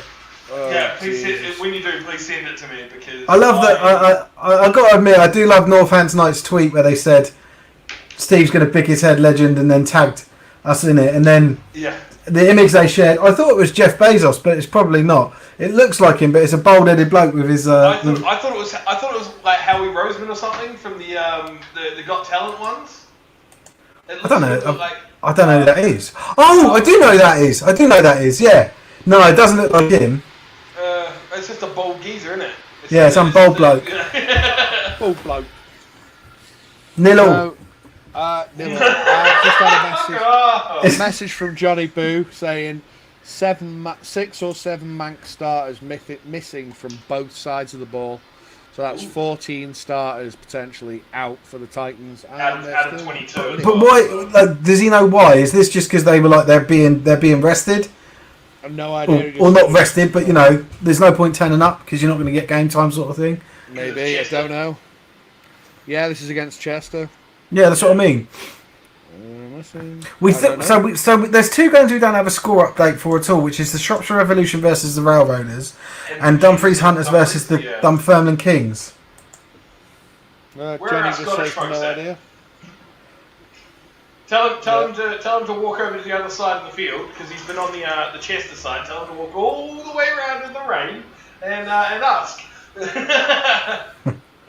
I will. Just shout across the field. Oi! Why are your starters missing? Yeah. 63-0 is. I've already got that full time. All right, I'm going to drop off because I'm going to do some score up. I'm going to try and post some scorecards. Didn't Crew pull out in the week? Did they? No. No. I thought they did because didn't No. we do something on it? Nah. Last week they did. They did. I don't think they pulled out this week. Oh, was it last week? They pulled out against. I don't know who. Last week. I can't remember. But yeah, I don't think they pulled out this week. I will return. Sure. Okay. Oh.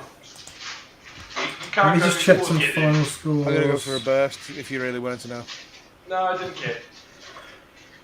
So on Bathurst website, they're saying 63-0 was the final score for Ipswich. Yeah, Bolt score. I haven't got a Bolt score. Have we got a Bolt score? No, it's because they've folded. That's the joke. Jake knows. Oh, sorry, I just realised. Yeah. Yeah, because Jake played for Sussex, so he knows full well that the Thunderbolts have. Yeah. Sorry, I got caught out there. Yeah, they That was. Did you see the drama that was sort of kicking off in the comments yesterday about that? Nah, I'm not gonna lie. I tend to just stay out of our comment section. Well, so I feel like you'll ban me. No. No, I don't mind. Just don't post as Gridiron Hub, and then I'm cool with it. I don't know how to switch. Kills me. The amount of comments I've deleted of yours. Yeah. So the yesterday, I got a message from someone saying that the game's off. I only found out an hour ago, and I was like, all right. So I just did. I was out with my kids actually, and I did a post. Something like I use like a late pull-out joke. Oh yeah. I found a film that was called Thunderbolts got left on the sheets or something. No, it was like it was an image. I always look in like image searches to see if I can find the most suitable image, and I was trying to find, because they're called the Thunderbolts. I was trying to find like a weak-looking bit of lightning, but I just couldn't, like a spark or something. They also finished minus 58 yards on total offense last week. Jesus.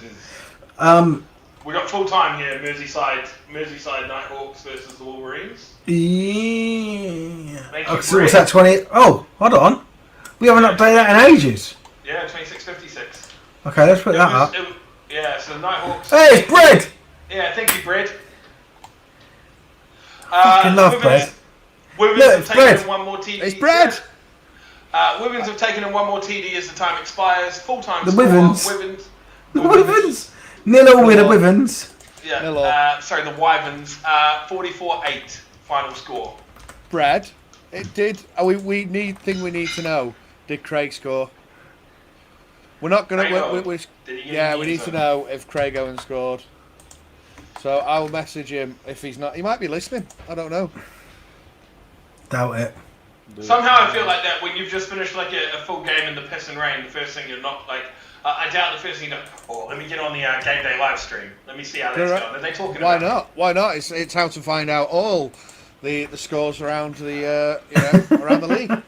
Except for those ones we don't have updates for. Well, apart from those, and fuck those guys, really. If we're being frank, it's their loss. They don't want their. For anybody who's playing fantasy football, both the Bills running back Zach Moss. Boring. He scored! Yeah! Well done. Come alive! Oh, what happened, Oz? Craig. Oz? What were you saying? Craig scored. He scored twice. Yeah, he did. Good on him. So, do you want to just explain this for those who don't know what's going on here, Mikey? Oh, right. Craig Owen, he's a fantastic lad. He went over to I played with him at. He went over from the Spartans. He'd never played before and tried to chance his hand in Prem. Went up to the Nighthawks, got he's number one running back in the draft. He's absolutely fantastic. But while he does all the donkey work and all the graph work, and he's a lovely bloke. Let's not forget. Absolute lovely. He's a gem. But he couldn't score. And then someone else we know, Craig Oliphant of the Titans. Craig Owen was saying how he'd worked hard, and he said, Craig Oliphant, but did you score? And it was like, oh, for fuck. So, the herd being the herd, we kind of ripped him to pieces. And then Craig hasn't been able, but it's kind of just don't mention it, poor lad, we just want him to score. And today, he's not just scored once, but Craig Owen has scored twice. Yeah! I would just be dead happy for that. We've got an update. The Squadron has just scored a TD. They're up 12-8 over the Sabres. Come on, the Pumas. No way. You fucking laughed at me when I said that they could win that. Is that true? Is that... What you had on there is you said the Squadron would get on the board. Yeah, And I know like, because he pissed, when I said, I was like, oh, I'll take the squadron to start with, and you were like,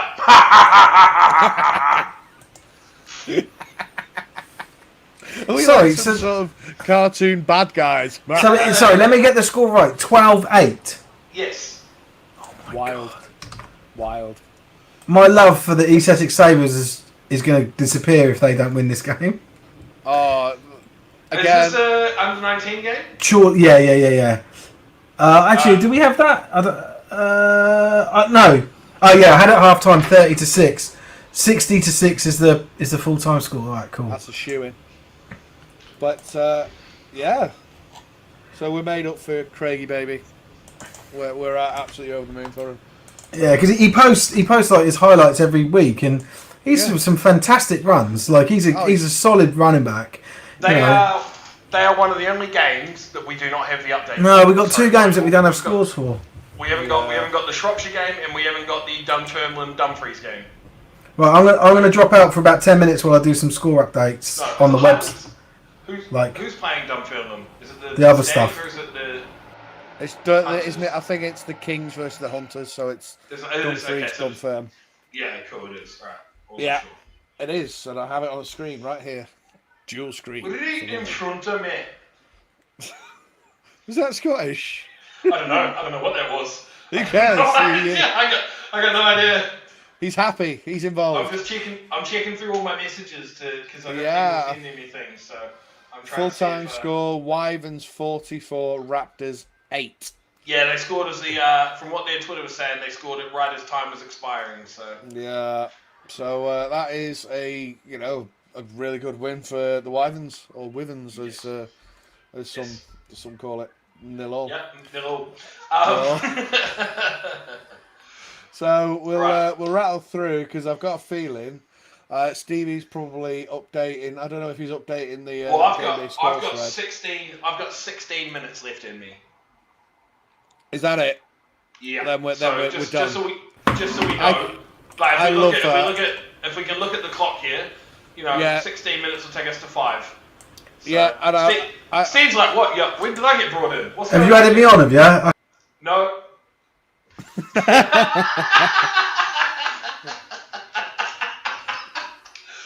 See how it feels?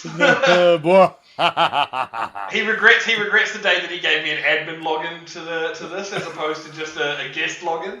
Oh, it's too late now. You're part of the crew. So yeah, I believe Romans Titans win 26-12. That's a full-time score. Nighthawks, come on, Craig.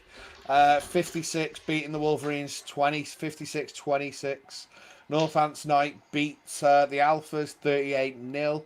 Rev Railroaders, not a clue. The Cambridgeshire Cats 42, Ouse Valley Eagles 12. That should be knocking on for being a full-time soon. Yeah, Devils battered the Cardinals 63-0 in the game of the week. There we go. I think it's Sabres 8, Squadron 12. Maths is hard and I can't hear you, so soz if you've already said. No, Lou, that's fantastic. You are right. Thank you very much. That's what we got told. That's what we got told.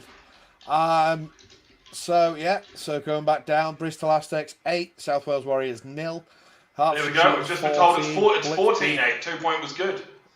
Oh, well, there you go. Up the Squadron, or the Pumas, or whatever the hell they want to call themselves this week. Blitzby 9, Cheetahs 14, Wyverns 44, Raptors 8, Apache 52, Monarchs 0. Maybe next year we'll get them. Bobcats 12, Knights 3. Southeast Squadron, we've just seen 14-8 over the Sabres. So what a wacky day. I love the fact that as well we've got a deadline cut-off date of 5 o'clock. At 5 o'clock, the screen just goes black. It's just like it's just be mid-sentence. We're doing it almost half time. That is a late one. Crikey, oh blimey. But apart from that, I feel like that's... Yes! Oh, let me get this up. Oh, blimey. I'm going to have to bring it up on my own one. That's okay. You kind of you do what you got to do because you can operate technology. I think Steve's just dropped out his screen, so you can click through for yours. Here we go. Oh my word! Oh Enough my chit chat. word! Enough chit chat. Get the bick out. Get the bick out. Steve the egg. It's brilliant. This is why. See, this is the best of Britball. When it's like this, when everyone's having a laugh and it's funny. Britball shithousery is the most peak shithousery that I've ever experienced. Yeah, I love it's it. the best. Absolutely love it. But yeah, so this is it. This is how things start. You know what we should do? We should totally hang on. Oh, I am totally confused. I thought that was a full score of Titans Romans, but apparently Titans have just scored again. So to go, that'll be 32. Really? I thought that was full time as well. Shit. Oh. Hold on, I need to stop this update then.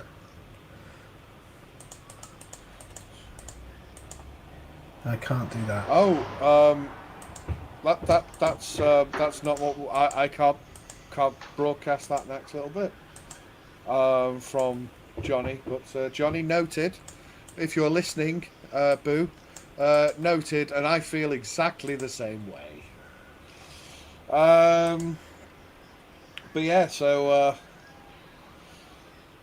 there we go. I'm not sure. It's still ongoing. But I will send that to the other gentleman via a private chat on Facebook, and they can appreciate what you're trying to say. So I am going to try and get our friend Craig on the chat if we can. 3312, there it is. There we go. So yeah, see, this is the sort of thing, is we can say a certain level of things on this show and Steve doesn't care, but we try and remain mildly impartial.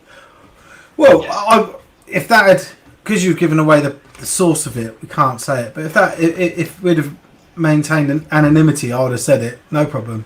Yeah, we don't, because we love... No, I don't want to stitch anyone up, like, that's not... No. But, that's not how we roll.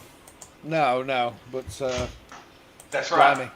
Yeah, so but at least we're all in agreement, which is going to be fun when they play Tamworth.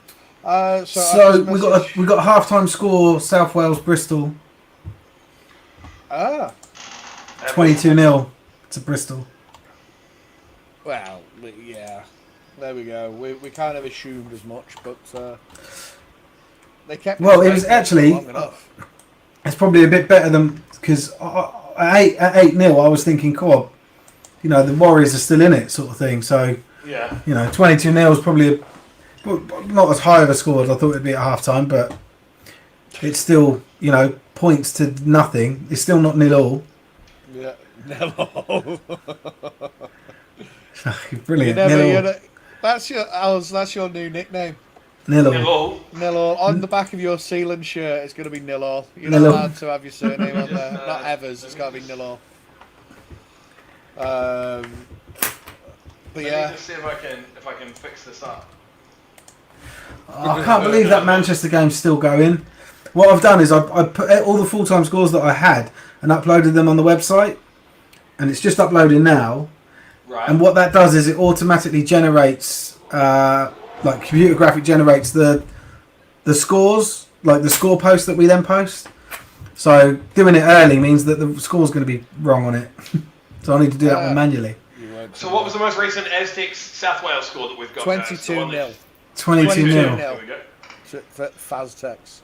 And James is wondering. Yes. No, he wasn't halfway through, but due to the power of a little bit of peer pressure, he's going to finish the job. It's not peer pressure. It's that someone has put money in, donated. No, it's a donation into the Amelie Fund, which which I can't really argue. Like, if I turn around now and said no, like, that doesn't bode well for the Amley Fund or me. Or like, no one ever donates again. Yeah, exactly. Like, so I just send him his money back, shall I? Like, and then say, no, I'm not doing that. No, I don't mind. It's yeah. I don't mind, but I hate you all. Yeah, I don't hate it, but also I'm cool with going ahead with it. Do you know what I mean? Like, it's within the realm of the possible. It's just I've got to now tell my missus about it. She didn't like that. Makes him more penguin-like. There you go. Whoop, yeah, but not the penguin that you want though. This is more like Danny DeVito with the pointy nose. Yeah, the crap penguin. Oh, let me share this stuff. Oh, crikey, blimey. Well, what are we on? We're on 16:53. You've got 7 minutes left of us, ladies and gentlemen. 7 wild minutes filled of the golden content that Grant is after. This is it. This is what all you needed in your Sunday afternoon before I go in and eat frickles.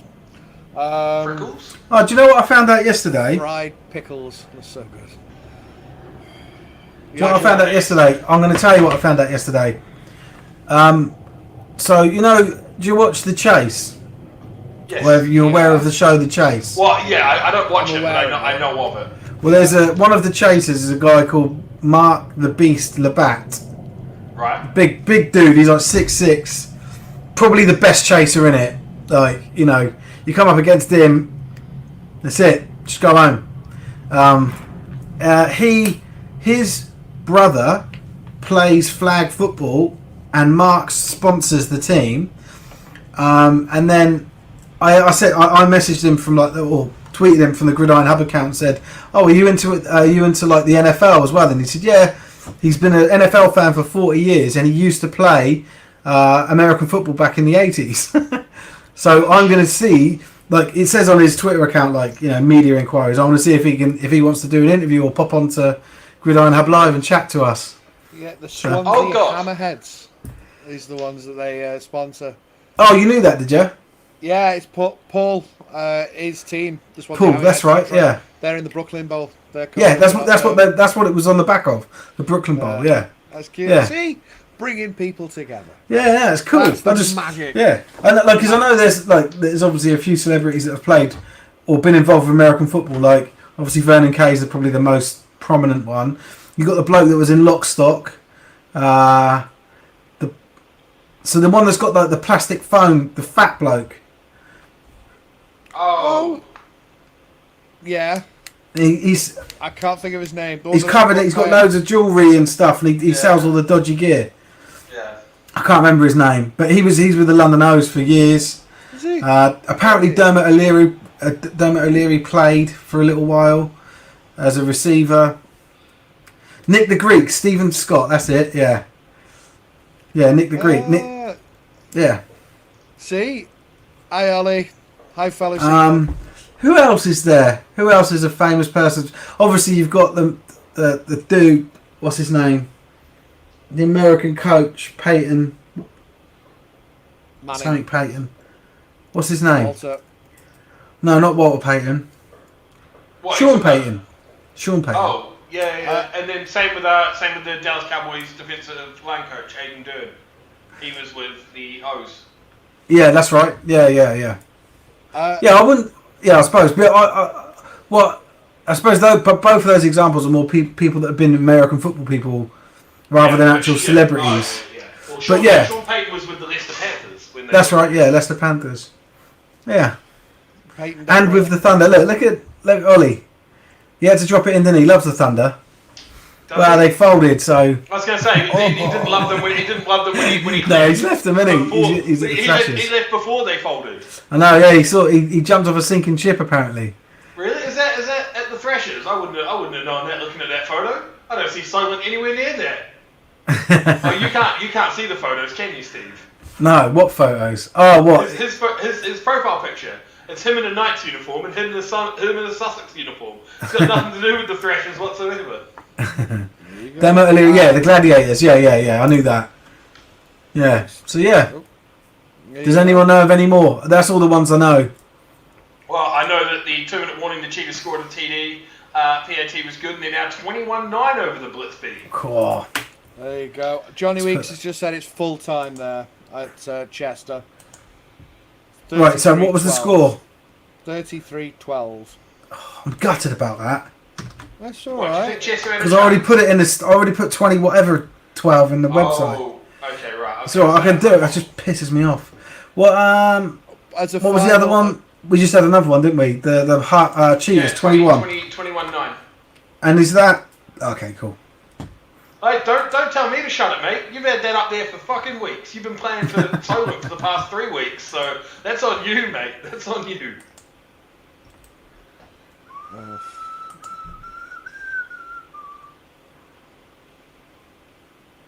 Oh. Sorry, I shouldn't whistle on things, should I? No, you're right. I think I'm gonna probably pack in 3 minutes early. I was going to say I've asked Craig if he wants to come on, and he says I've just got out the shower. I said I don't care, just wrap yourself in a towel, turn your phone on, and switch it around. He says no. I was like, we could have had inside the changing rooms at the Nighthawks, ladies and gentlemen, but unfortunately he's not playing ball. Ridiculous. No, fortunately we're good. Yeah. So shall I do one last rundown of the scores? Yeah, give us a quick rundown. Yeah, and do the women's and the under 19s and the under 16s. Okay, right, let's refresh this bad boy. I don't care. I will rattle through the lot just to be... pick to the Blitz 34-yard line.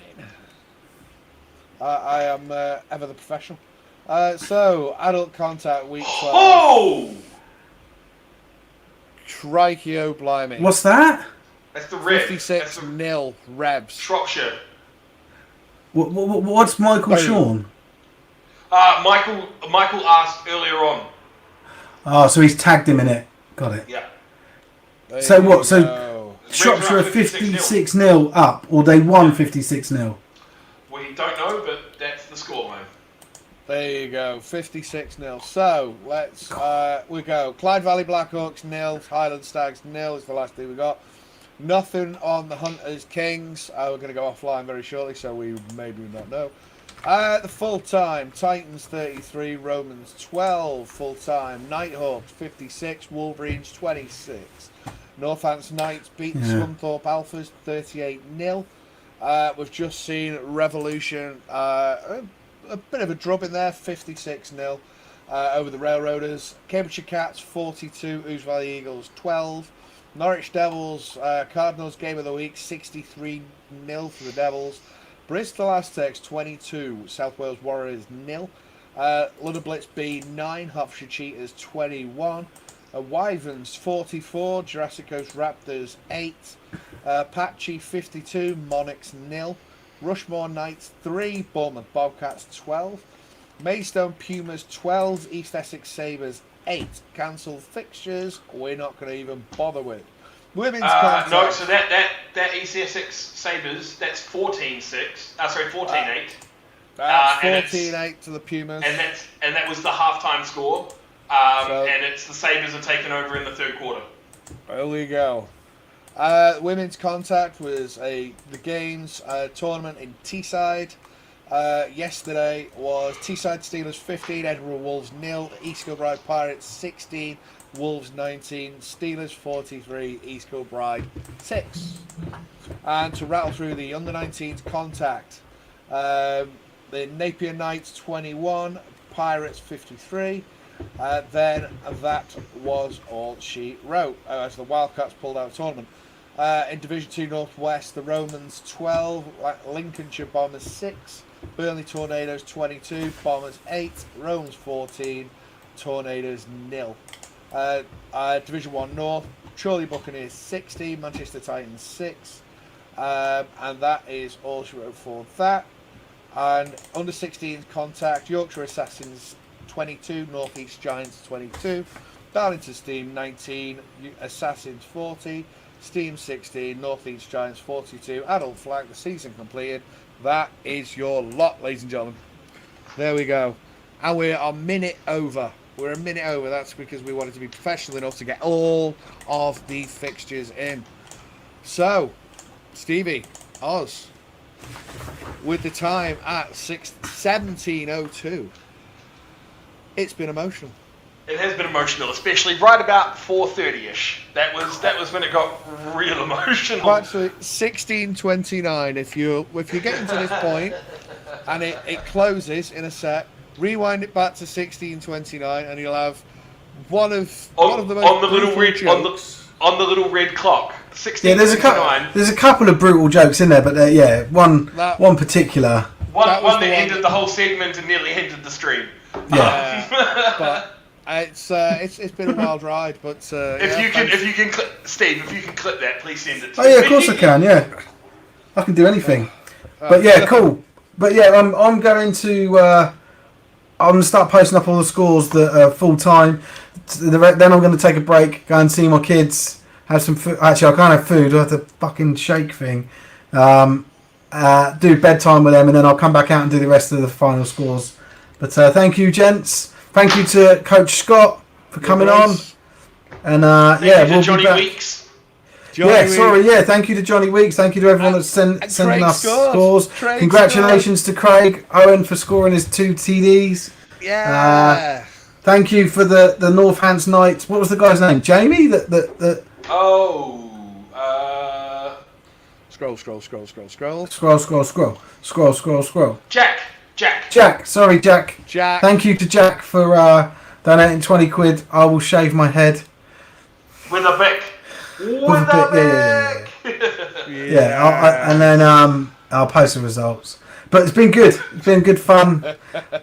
As the season winds down, I was expecting these shows to get more boring, but they're actually, I don't know, we excelled ourselves today. We're unhinged. So, awesome. Thank you for everyone that does everything to make this thing happen, and especially you two guys.